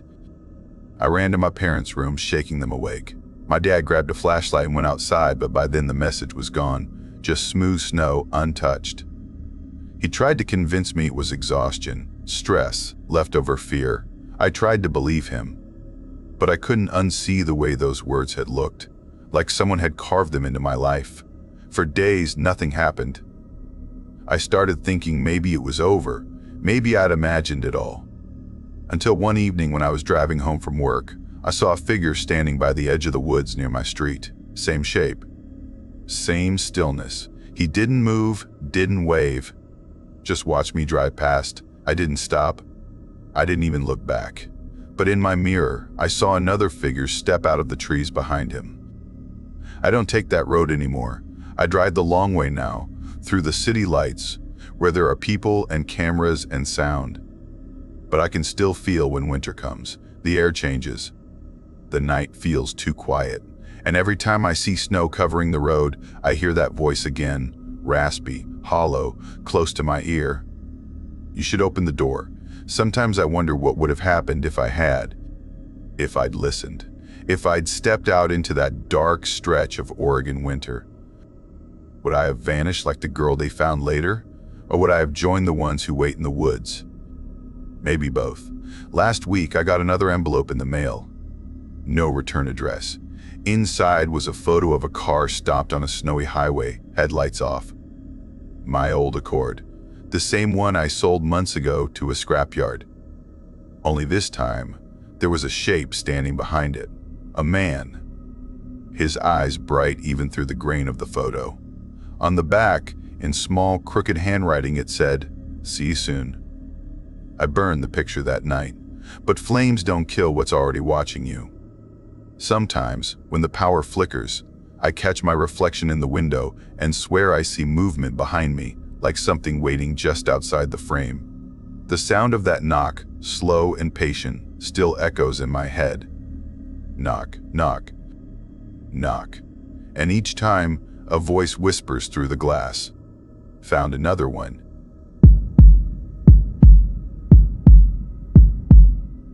It happened in Hillsboro, Oregon, during a winter that felt endless. I was 19, still balancing night classes at Portland Community College and working as a barista in a corner cafe near the old rail yard. My name's Clara Reed, and I used to think I understood loneliness. That was before the night I drove out of town and met something that should never have been on those roads. Life wasn't glamorous, but I was surviving. juggling textbooks, tips, and caffeine. That December, I'd saved enough for a small break, a weekend away from everything that made me feel trapped. The snow, the late shifts, the quiet apartment that felt too big when the heater stopped humming. My best friend, May Parker, said I was one bad essay away from a breakdown. She was the wild one, the kind who could talk a cop out of a speeding ticket just by smiling. She worked at the same cafe, always laughing, always dragging me into her chaos. That Friday night, she burst into my apartment with snow melting on her boots, tossing her keys on the counter. Her eyes gleamed with mischief. "Clara, we're leaving." "Now." "Leaving?" I asked, confused. "Weekend trip." "Just us. You need this. You need this." I wanted to argue, but May had this way of making no feel impossible. By 9 that night, we packed her old Jeep with snacks, blankets, and a playlist full of bad 90s music. The plan was simple. Drive west toward the coastal range, find a cabin near the forest, and spend 2 nights doing nothing but drinking cocoa and pretending our lives weren't falling apart. The roads out of Hillsborough were empty, snow swallowing everything under its weight. The headlights cut through fog like knives. I watched the town disappear in the rearview mirror until the lights became small and then vanished altogether. It was just us and the white world ahead. May tapped the steering wheel to the rhythm of some pop song, smiling at me. "You good?" "Yeah, just tired," I said. "You're always tired," she teased. "And you're always late," I shot back. She laughed, but the sound didn't last long. The radio signal began to crackle, fading into static. I thought it was the storm, but then the GPS flickered. The map went blank, the blue dot floating in a sea of white nothingness. May frowned. "What the hell?" "Maybe bad signal," I muttered. She shook the phone, annoyed. "It's Oregon, not Mars." The road curved into forest, tall pines leaning inward, branches heavy with snow. The deeper we went, the more the world closed around us. The heater hummed softly, our breath fogging the windows. Then, out of nowhere, the GPS blinked back to life. Only the route had changed. May squinted. "Did you reroute it?" "No." The line twisted ahead into places we hadn't planned to go. She sighed. "Great. Okay, which way?" "Which way?" We reached a fork. The left road disappeared into thicker woods. The right looked clearer but narrower. We hesitated. Snow fell heavier, the flakes turning into sheets of white. "Right, I guessed." May raised an eyebrow. "Real confident, huh?" I forced a laugh, but something in my stomach nodded. She took the right. The trees grew closer, shadows stretching across the windshield. The sound of tires crunching snow was the only thing left. Then I saw him. A man stood on the shoulder of the road, waving his arms slowly. At first, I thought he was a driver in trouble, maybe a hiker lost in the cold. He wore a reflective vest, dirty, ripped, and stained like he'd been crawling through mud. May slowed the car. "You think he's okay?" "Maybe he needs help," I said, though I didn't believe it. When we got closer, I noticed there was no car, no backpack, nothing, just him in the snow. He waved harder, then gestured toward the road ahead and made a sharp motion across his neck. May frowned.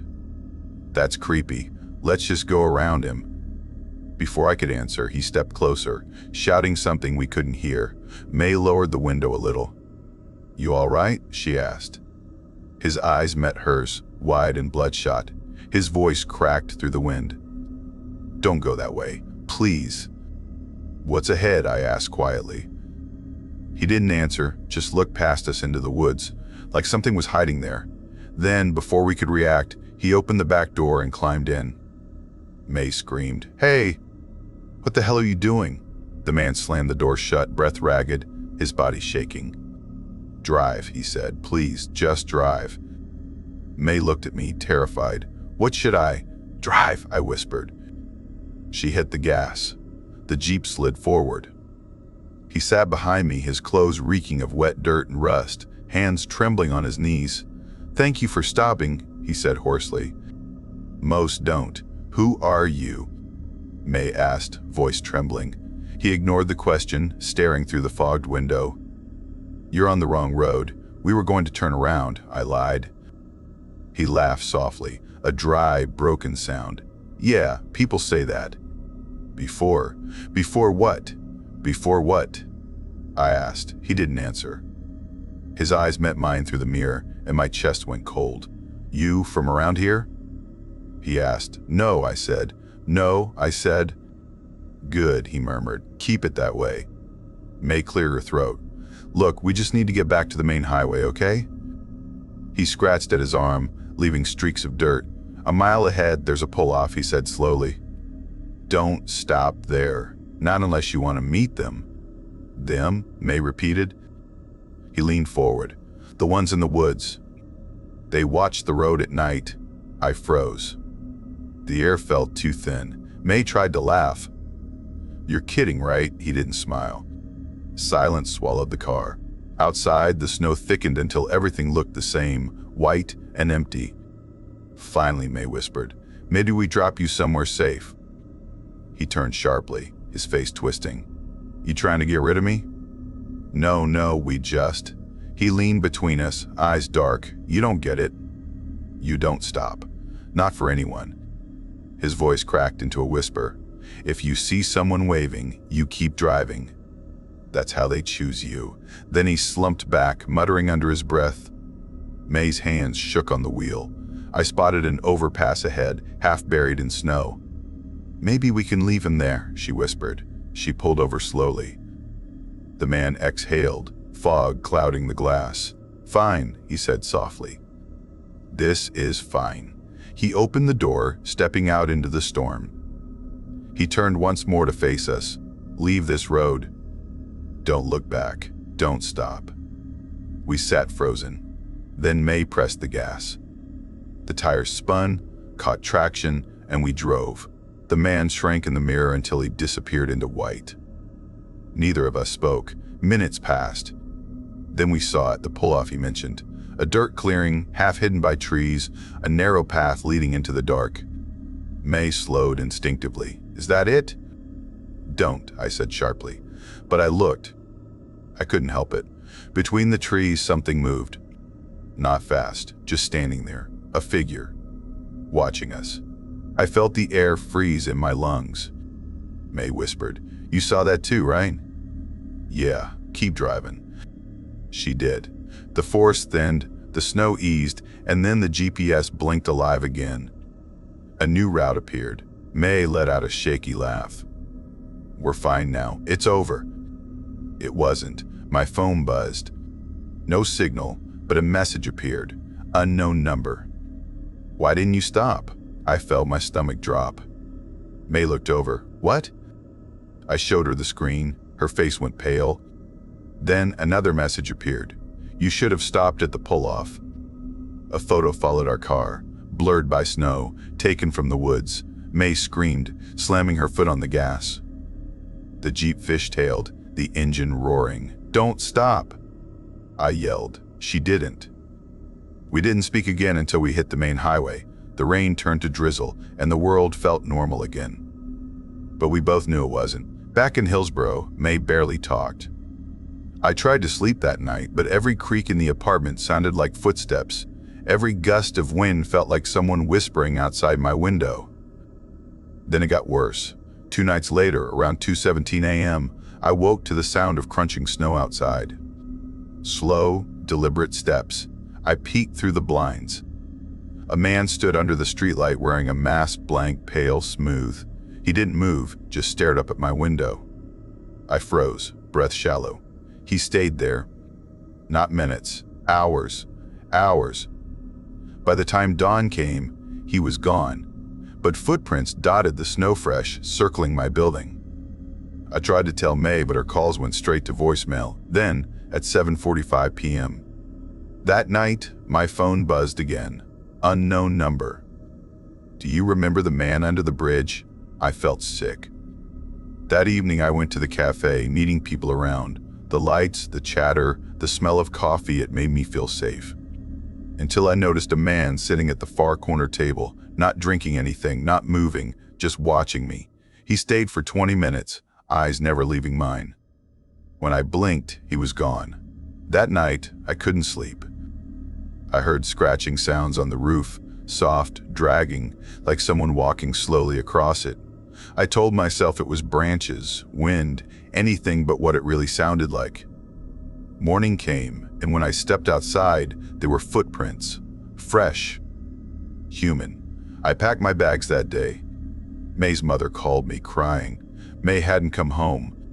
Her Jeep was found near the mountains, driver's door open, keys still inside, no sign of her. I went to the police. They searched the road, the pull-off, the woods. Nothing. They said it was the storm. They said maybe she got lost, but I know what I saw. I know someone took that photo. Sometimes, late at night, my phone still buzzes with messages that vanish before I can open them. Sometimes I hear faint tapping on my window when the snow starts falling. Once, I woke up to see a reflection in the glass. A man behind me, wearing that same filthy vest, whispering something I couldn't understand. When I turned around, the room was empty. I moved twice since then, changed numbers, changed jobs. But the silence follows me, the feeling that someone's watching from just beyond the tree line. People say Hillsborough is peaceful in winter. I used to think so too. Until that night. Now, whenever I drive alone on empty roads, I keep the headlights high and the doors locked. Because I know the truth. Some roads look deserted. They aren't. And when the snow falls hard enough, you can almost hear them calling your name.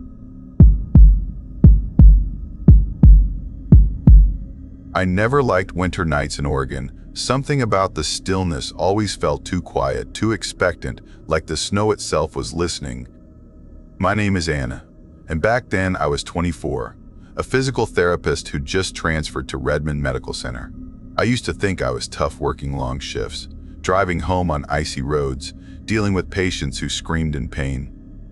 But nothing, not all the emergency drills or night shifts in empty hospital corridors, prepared me for that night. It started with a simple idea, one that sounded good when the world still felt normal. My best friend Dana had suggested a short road trip before the worst of the snow hit. She'd been my roommate through college, the kind of person who filled silence with laughter, who could make you forget you were tired or lonely. We'd done road trips before. We knew how to pack light, share snacks, sing off-key songs, and pretend the world outside our headlights didn't exist. I remember it was 5:43 p.m. when she pulled up in front of my apartment, her old red Subaru idling under a streetlight haloed by flurries. She grinned through the windshield, waving a thermos. "Come on, sleepyhead, hot cocoa's getting cold." I laughed, grabbed my overnight bag, and climbed in. The air inside smelled like vanilla lip balm and peppermint gum pure Dana. We left Redmond just as the sky darkened into that heavy navy blue that comes before a snowstorm. The roads were slick but empty, lined with tall pines that leaned close like gossiping giants. "You sure this cabin's open in winter?" I asked. Dana rolled her eyes. "Of course. I booked it online. Cozy hideaway in the Cascades, remember? 3 days, no work, no stress, no cell reception." I smiled, though something about the way she said no cell reception tugged at my nerves. The radio crackled with static. Dana switched to her playlist, cheerful pop songs, loud enough to drown out the hum of the tires. I stared out the window, watching snow drift across the asphalt like ghostly lace. It was peaceful, almost hypnotic, until I noticed the headlights in the mirror. A gray pickup truck had appeared behind us, its beams slicing through the dark. At first, I thought nothing of it. Highway traffic was unpredictable at night. But as the minutes passed, the truck stayed right behind us, too close, matching every turn, every slowdown. "Hey, that guy's tailgating," Dana muttered, tapping the mirror. "Relax," I said, though my throat felt tight. Maybe he's just in a hurry. But the road ahead was clear, 2 open lanes, and he didn't pass. The snow thickened, turning the world into a blur of white and shadow. Half an hour later, we stopped at a lonely truck stop near a place called Elk Meadow. The kind of stop that looked frozen in another decade. One pump, flickering sign, a small diner glowing dimly behind fogged glass. I went to use the restroom while Dana filled the tank. Inside, the air smelled of old coffee and bleach. I splashed water on my face, told myself to stop imagining things. When I stepped outside, Dana wasn't by the car. My stomach dipped. Then I saw her at the diner window, buying snacks. I hurried toward her, but before I reached the door, I froze. There was a shape under the car, just a faint shadow where there shouldn't be one. My first thought was a stray dog, but then something shifted. I saw the curve of a shoulder, a boot scraping gravel. "Dana," I whispered, backing away. The figure slithered out halfway, just enough for me to see a pale face, expressionless, eyes black in the glare of the pump lights. I blinked, and it ducked back under. My heart slammed so hard I couldn't breathe. I ran to the diner, yanked open the door, and nearly collided with Dana. "Someone's under the car," I gasped. "What?" She laughed nervously, thinking I was joking. But when I dragged her outside, the space beneath the Subaru was empty, just snow and oil stains. "You're stressed, Anna," she said gently. "It's fine. Maybe," I whispered, though my hands wouldn't stop shaking. We got back on the road. The gray pickup appeared again 10 minutes later. Same distance, same pattern. My pulse jumped each time the headlights flared in the mirror. Dana tried to shrug it off, but I could hear the tremor in her laugh. If he's following us, maybe he's just scared of driving alone in this weather. The storm worsened. Snow swallowed the road markings. Trees leaned in closer, their branches heavy with frost. The radio cut out completely, just static now. At 7:45 p.m., we reached a fork in the road. One sign pointed left to Sisters, the other right toward Redmond Ridge Scenic Route. "Which way?" Dana asked. I hesitated. Then, desperate to lose the truck, I said, "Take the scenic route." She turned the wheel. The tires crunched over snow-packed asphalt. The road narrowed, winding between cliffs dusted white. The pickup followed. My breath fogged the glass. "He's still there," I whispered. Dana's knuckles were white on the steering wheel. For 10 minutes we drove in silence, broken only by the wiper's squeak. Then the truck flashed its high beams once, twice, again. Each burst of light filled the car, washing everything in blinding white. "What does he want?" Dana cried. "Slow down, let him pass." She eased off the gas. The truck didn't pass. It moved closer, bumper nearly kissing ours. Then it swerved sharply as if to nudge us off the road. I screamed. Dana jerked the wheel, fighting the skid. The car fishtailed, snow spraying like shattered glass. Somehow, she steadied it. "Pull into the turnout," I said, voice trembling. "Let him go by." She did. The Subaru rolled to a stop beside a sign half buried in snow. The truck slowed too. For a moment, it idled beside us, engine growling. Through the windshield, I could make out a figure wearing a dark hood. No movement. No sound. Then it roared past, taillights fading into the blizzard. We sat there, hearts hammering, listening to the ticking of the engine. Dana exhaled shakily. "See? Gone." I nodded, trying to believe it. "Let's just get to the cabin." When we finally arrived, it was past 9. The cabin stood alone at the edge of a frozen lake, its windows glowing faintly like tired eyes. Inside, it was small but warm, with a fireplace, 2 twin beds, and a kitchen stocked with canned soup. We locked every door and curtain before we sat down. Dana poured cocoa. "You okay?" she asked softly. I nodded, just tired, but I couldn't stop glancing at the window. Outside, snowflakes spun in the wind, reflecting the faint glow of our headlights. Around 11:32 p.m., I woke to a noise.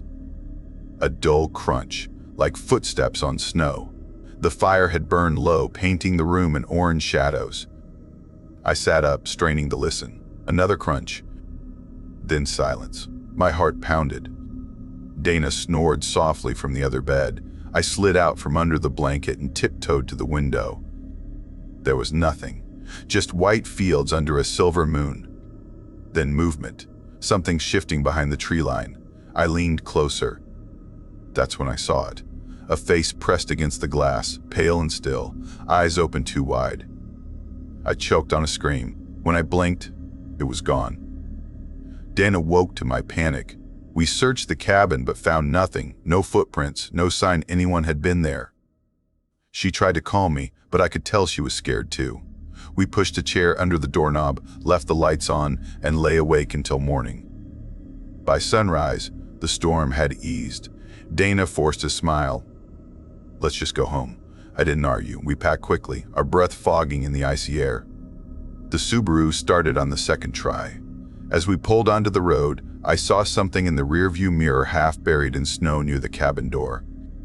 I told Dana to stop. She frowned, but did. I climbed out, boots crunching. It was a block of ice, square and oddly smooth, like it had been shaped on purpose. Inside, faint but unmistakable, was a handprint. I stumbled back. "Dana," I whispered, "we need to go." She saw my face, didn't ask questions, just hit the gas. The car roared down the mountain road. For a while, I thought we'd escaped. The sun glinted weakly through the clouds, and the world looked harmless again. Then, at a rest stop just outside Redmond, Dana pulled in to refuel. The place was deserted, just an empty cafe with boarded windows and a vending machine half buried in snow. She went inside to find a restroom. I stayed by the car, stamping my feet for warmth. Then I heard it, a faint scraping sound beneath the chassis. My breath froze. Slowly, I crouched down. The darkness under the car felt alive. I reached out my phone's flashlight, hands shaking. Something shifted. A pale arm darted out, swiping at the snow. I screamed, stumbled backward, fell hard. The arm vanished. My phone clattered onto the ice. Dana burst out of the cafe. "What happened?" "Under the car," I gasped. "There's someone under the car." She crouched, looked, then shook her head. "Nothing there." "I saw him," I said. "I swear."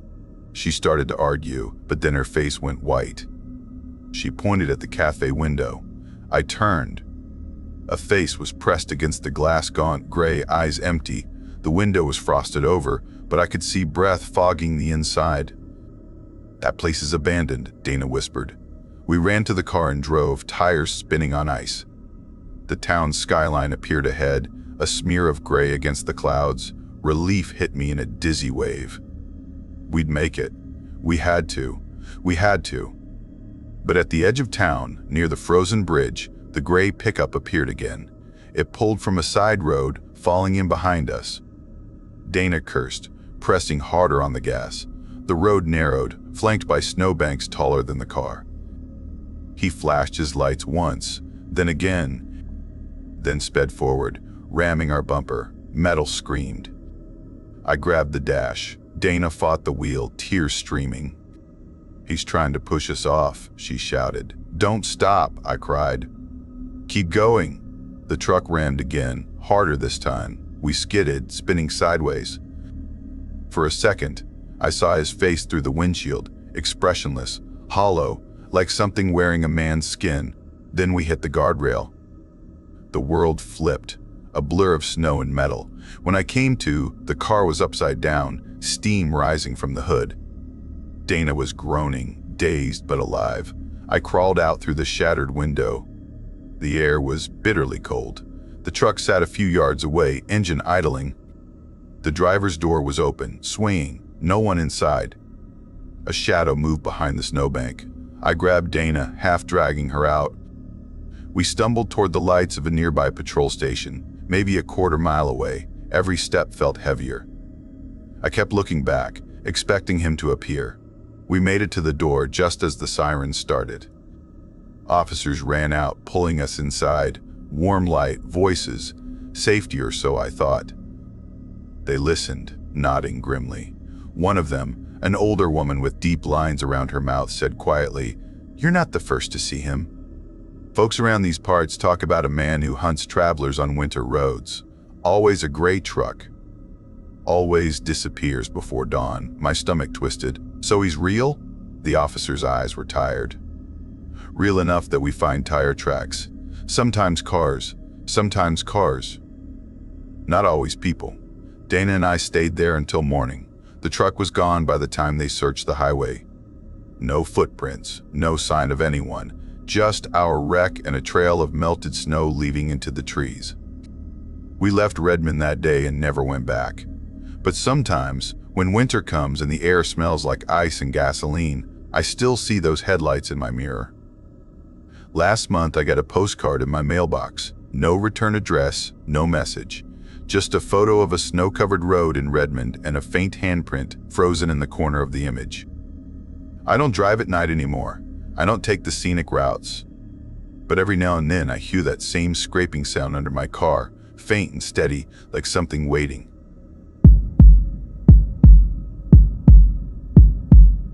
I never like driving at night, especially in winter. The world feels smaller when the snow eats the sound, when the roads blur under fog like they're leading you somewhere you shouldn't go. But that night, I didn't have a choice. I'd always told myself I'd never end up like my mother, running from things she couldn't name, pretending ghosts didn't follow her through the dark. Yet somehow, that evening, I caught myself doing the same thing. My name's Tony Wilson, 28, waitress at a small diner on the edge of Portland. Life had been chewing me up for months. My younger brother was in rehab, my mother's health was getting worse, and my landlord kept threatening to raise the rent. I was exhausted, mentally, physically, spiritually. So when Juliana, my oldest friend, burst into the diner after my shift one cold Friday night with 2 steaming coffees and said, "Let's get away for a few days, just you and me," I didn't argue. She had that kind of smile that made you forget to say no. I figured we'd drive out to the mountains, breathe some fresh air, clear our heads. She said she found a cabin outside Beaverton, near the forest, cheap but cozy. I didn't think much of it then. I should have. The next morning we loaded the car. Juliana hummed some pop song offbeat, her blonde hair tied up in a messy bun. She'd just ended a messy breakup, her 4th one that year. I didn't tell her that her smile looked forced.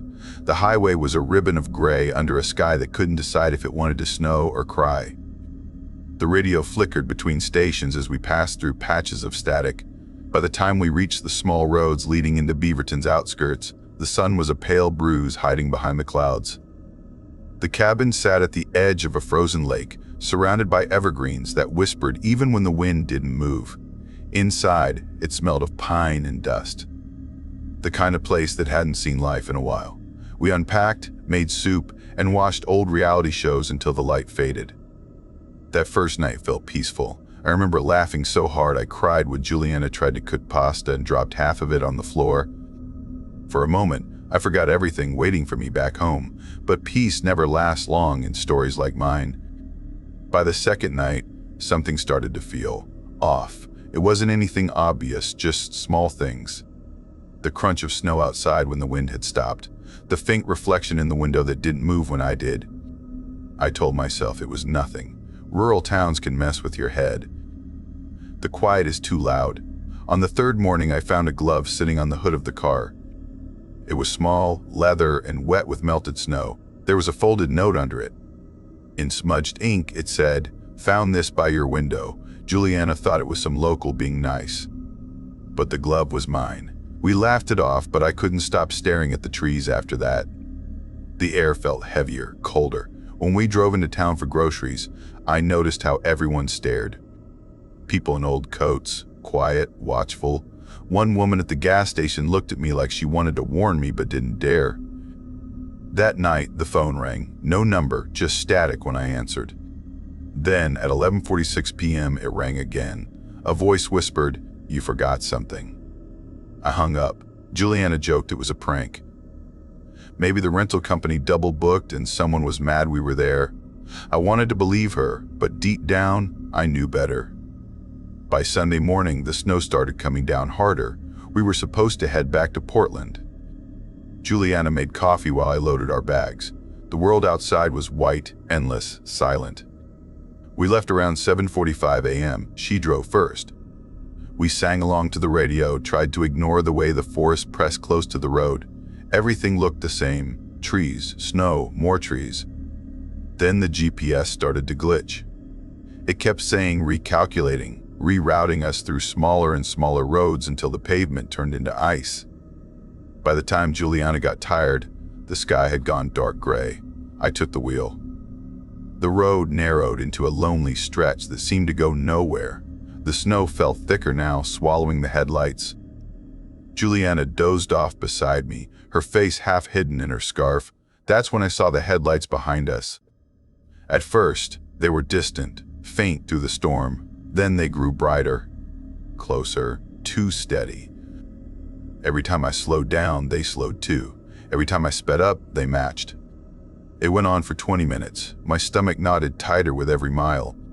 I whispered, "Juliana, wake up." She groaned, not fully awake. The headlights flared suddenly, high beams burning into the mirror. The light filled the car so harshly I couldn't see. My heart kicked against my ribs. Whoever was behind us didn't pass. They stayed right there. I pressed harder on the gas. The road wound sharply through the hills. No guardrails, no shoulders. The forest was a black wall. Then I saw it. 4 tires lying across the road ahead, lined up neatly. I didn't have time to think. I swerved hard, hitting the edge of one before the car slammed back onto the icy asphalt. The sound was like metal tearing skin. Juliana woke up screaming, "What was that?" "Tires," I gasped. "Someone put them there." She turned in her seat, eyes wide. "Why would someone?" Her voice died. Because up ahead, on the right side of the road, I saw them. Shapes in the snow. 6, maybe 7 figures standing half hidden among the trees. Their outlines were dark against the white. One held something long and heavy. Another bent low, like crouching. They didn't move. They didn't wave. They just watched. My hands were slick on the wheel. "They're waiting for us," I whispered. Juliana's voice broke. "Drive." "Don't stop, Tony. Just drive." I floored it. The car roared, skidding over the frozen road. The headlights behind us grew smaller, then larger again. The truck, it was a truck now, was chasing us. Branches whipped the sides of our car. My vision blurred from fear and exhaustion. The GPS froze completely. We reached a fort 2 unmarked paths. "Left or right?" I shouted. "Left," Juliana screamed. I turned sharply, the car fishtailing so violently I thought we'd crash. The truck overshot the turn and vanished behind the trees. For a few seconds there was silence, only the wind howling through the cracks. Then, from somewhere in the forest, came the faint sound of an engine. They were coming back. We drove until the sky began to pale. My arms ached, and Juliana's breathing came in sharp, shallow bursts. When the first flicker of neon appeared through the fog, it felt like a miracle. A small gas station stood by the road, half its sign burned out. It read Dwyer's Fuel and Mart. I pulled in too fast, the tires crunching over snow. Juliana jumped out and shouted, "Check the tires!" I crouched down and froze. Nails, fresh silver roofing nails, were embedded deep in each one, 3-4 per tire. If our car hadn't been new, they'd have blown. Juliana's face went pale. "Who does that?" she whispered. "What kind of people?" I didn't answer. I didn't want to say it out loud. Inside, the gas station was dim and empty. An old man sat behind the counter, a cigarette trembling in his fingers. He looked up when we came in. "You girls shouldn't be on that road," he said quietly. "Why?" I asked. He hesitated, his eyes darting to the window. "Some folks out here don't like outsiders." That's all he said. We didn't push. We paid for gas, though the man barely moved. His hands shook when he handed back my card. As we walked out, I saw something that froze me to the bone. A single shoe sitting by the trash can outside, half buried in snow. There were tiny drops of dried blood near it. Juliana saw it too. She whispered, "We need to leave." Now, we didn't stop again until the Oregon border disappeared behind us. For weeks after, I couldn't sleep. Every time the phone rang, I jumped. Sometimes, when it was late and the wind brushed the windows, I swore I could hear someone whispering, "You forgot something." Then, one night, I walked to my car and found a glove on the windshield. Not mine this time. A man's glove. A man's glove. Beneath it, another note. "See you soon. I didn't tell anyone." Not the police. Not Juliana. She'd started pretending it never happened. But I knew. I could feel it in the quiet moments, that whatever was out there hadn't forgotten us. 2 months later, Juliana disappeared. She'd gone to visit her cousin in Salem and never showed up. Her car was found abandoned near a forest road just outside Beaverton. The driver's door was open. No tracks, no struggle, no Juliana. When the police asked me when I'd last spoken to her, I lied. I told them a week ago, The truth was that she'd called the night before she vanished. I'd missed it. The voicemail just said, "Tony, they found me." I live alone now. I quit the diner, moved closer to the city. People say Beaverton's quiet in winter, peaceful even. But when the snow falls thick and the fog curls around the streetlights, I still see it. The reflection of headlights in my window, steady and waiting. Sometimes my phone rings every 30 minutes. Always a blocked number. Always the same whisper, "You forgot something." And last night, when I walked to my porch, there was a single shoe sitting by the steps. Small drops of blood marked the snow beside it. I looked around. Nothing moved. No footprints. No sound. Only silence. Heavy and endless. Maybe they're just memories, ghosts made of fear and winter air. Or maybe some horrors don't stop when you leave the road. They just wait until you're alone again. Either way, I don't take back roads anymore. Not ever again. Because I know what waits there. And this time, luck won't save me.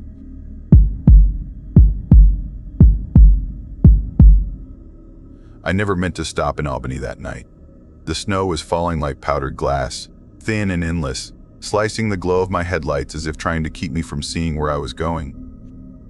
My name is Emery Collins, and back then I was 27, burnt out, and quietly unraveling. I'd left Portland that morning telling myself I was just going to drive until the noise in my head turned into silence. I didn't know that silence could be so loud, that it could follow you through snow-covered miles and whisper your name when no one else was around. I was a photographer once, weddings, portraits, a few art projects that nobody cared about. After my fiancé, Trevor, cheated on me with someone from our last shoot, I swore off everything that felt alive. I moved into a basement apartment, ignored my friends, and drowned in work. But even work felt pointless. That December, I told myself a solo road trip might help. A few days through Oregon's quiet highways, maybe stop at the coast, but the world had other plans. The day had faded into a freezing gray. By the time I reached Albany, the storm was thick enough that I couldn't see 10 feet ahead. My phone lost service around 7:45 p.m., and the GPS blinked itself into nothing. I kept driving because what else was I supposed to do? The road curled like a ribbon through black woods. That's when I saw the old wooden sign, Maple Rest Motel, letters half-eaten by rust. Something in me wanted to keep going, but I was exhausted. My eyes felt like sand, and my hands had gone numb from gripping the steering wheel. So I turned. The motel sat behind a row of frozen pines. The parking lot was nearly empty except for an old red truck coated with frost. The office light flickered weakly, a pale yellow trying to survive the storm. I sat in my car for a long moment, listening to the wind claw at the doors. Then I whispered, "It's one night." Just one night, and got out. Inside the office, the air smelled like damp wood and coffee that had been burned hours ago. Behind the counter was a man in his 50s, wiry gray hair, wearing a heavy flannel shirt. His name tag said Cal.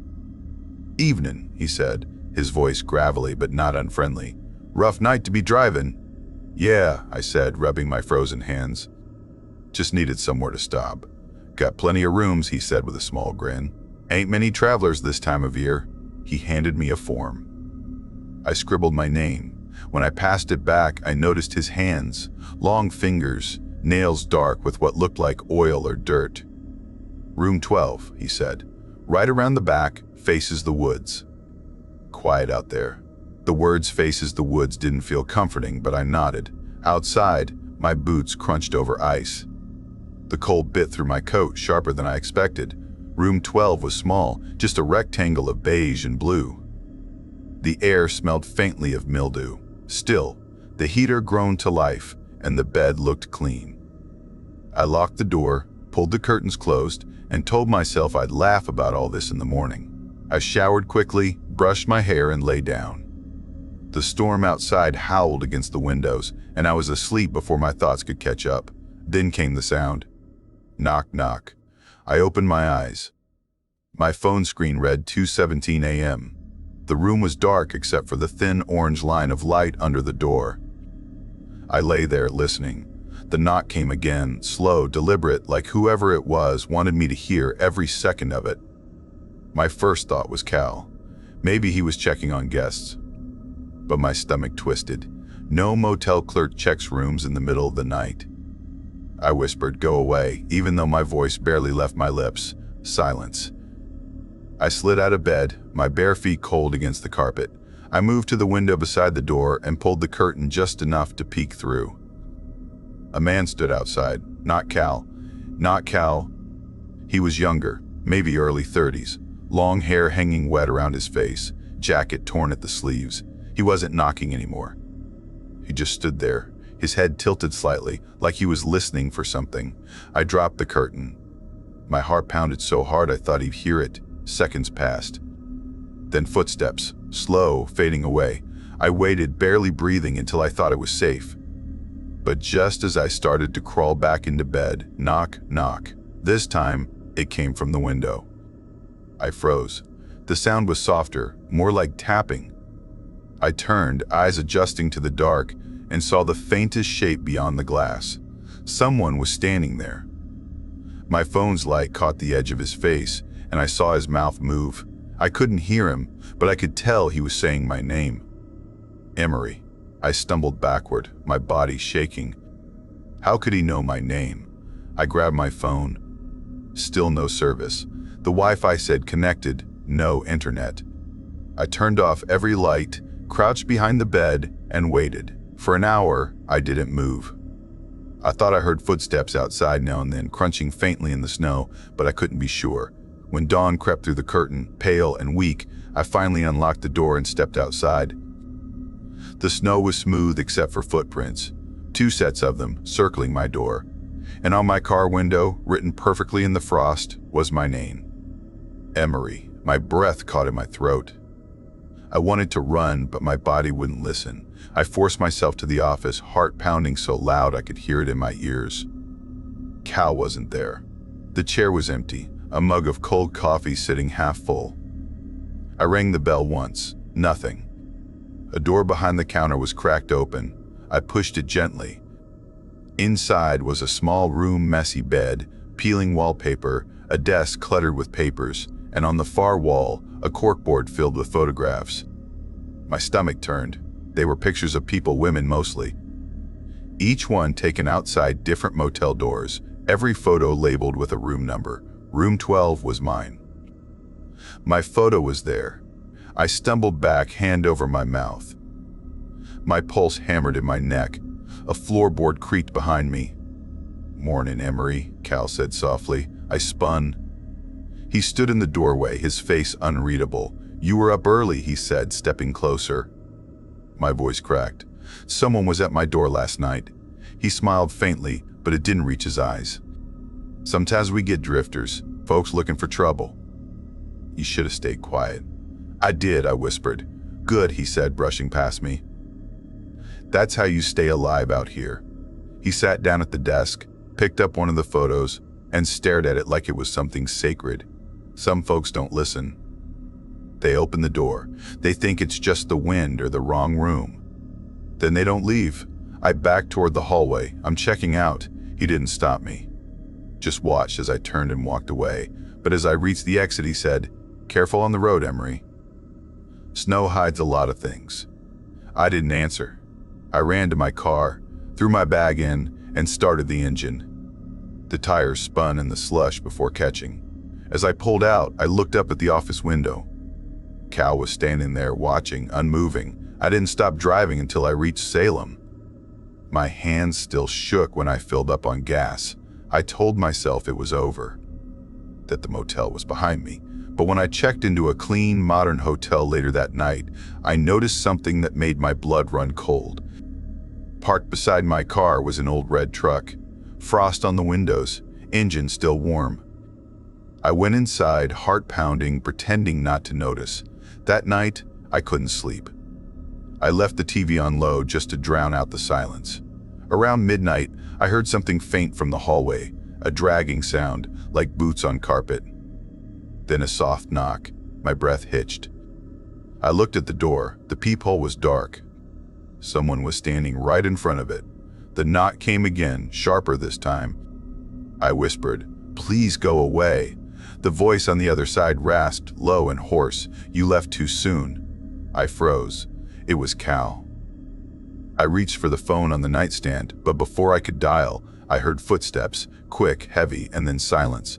When I looked again through the peephole, no one was there. I didn't sleep the rest of the night.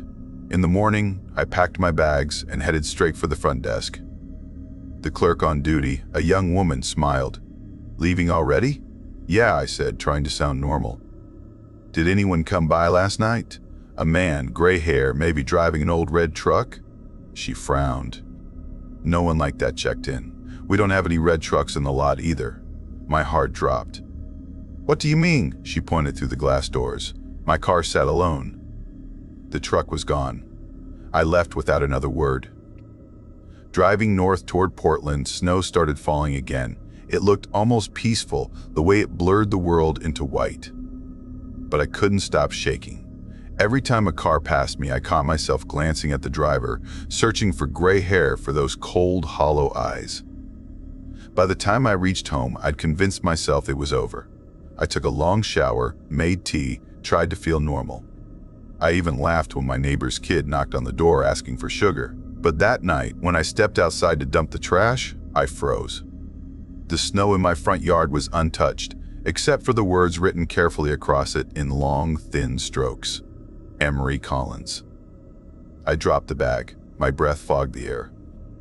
I backed slowly inside, locked the door, turned off every light. I didn't sleep. I sat in the dark, watching the window, waiting for movement. The next morning there was nothing left.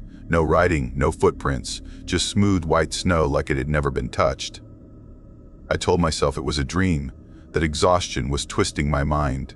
But deep down, I knew better. 2 weeks later, I woke up to my phone buzzing. Unknown number. I almost ignored it, but answered anyway. A man's voice, deep and cracked with static, whispered, "You left your picture behind." Then the line went dead. I changed my number that day, moved apartments, sold my car. But no matter where I go, I can't shake the sound of that knock. Sometimes late at night I hear it faintly. Two soft thuds, slow and patient. Knock, knock. I tell myself it's the pipes, or the wind, or my imagination. But when I wake up in the morning, the frost on my window always spells the same thing. Emery. And sometimes, when I look closer, I can see fingerprints in the glass, pressed from the outside. They're always fresh.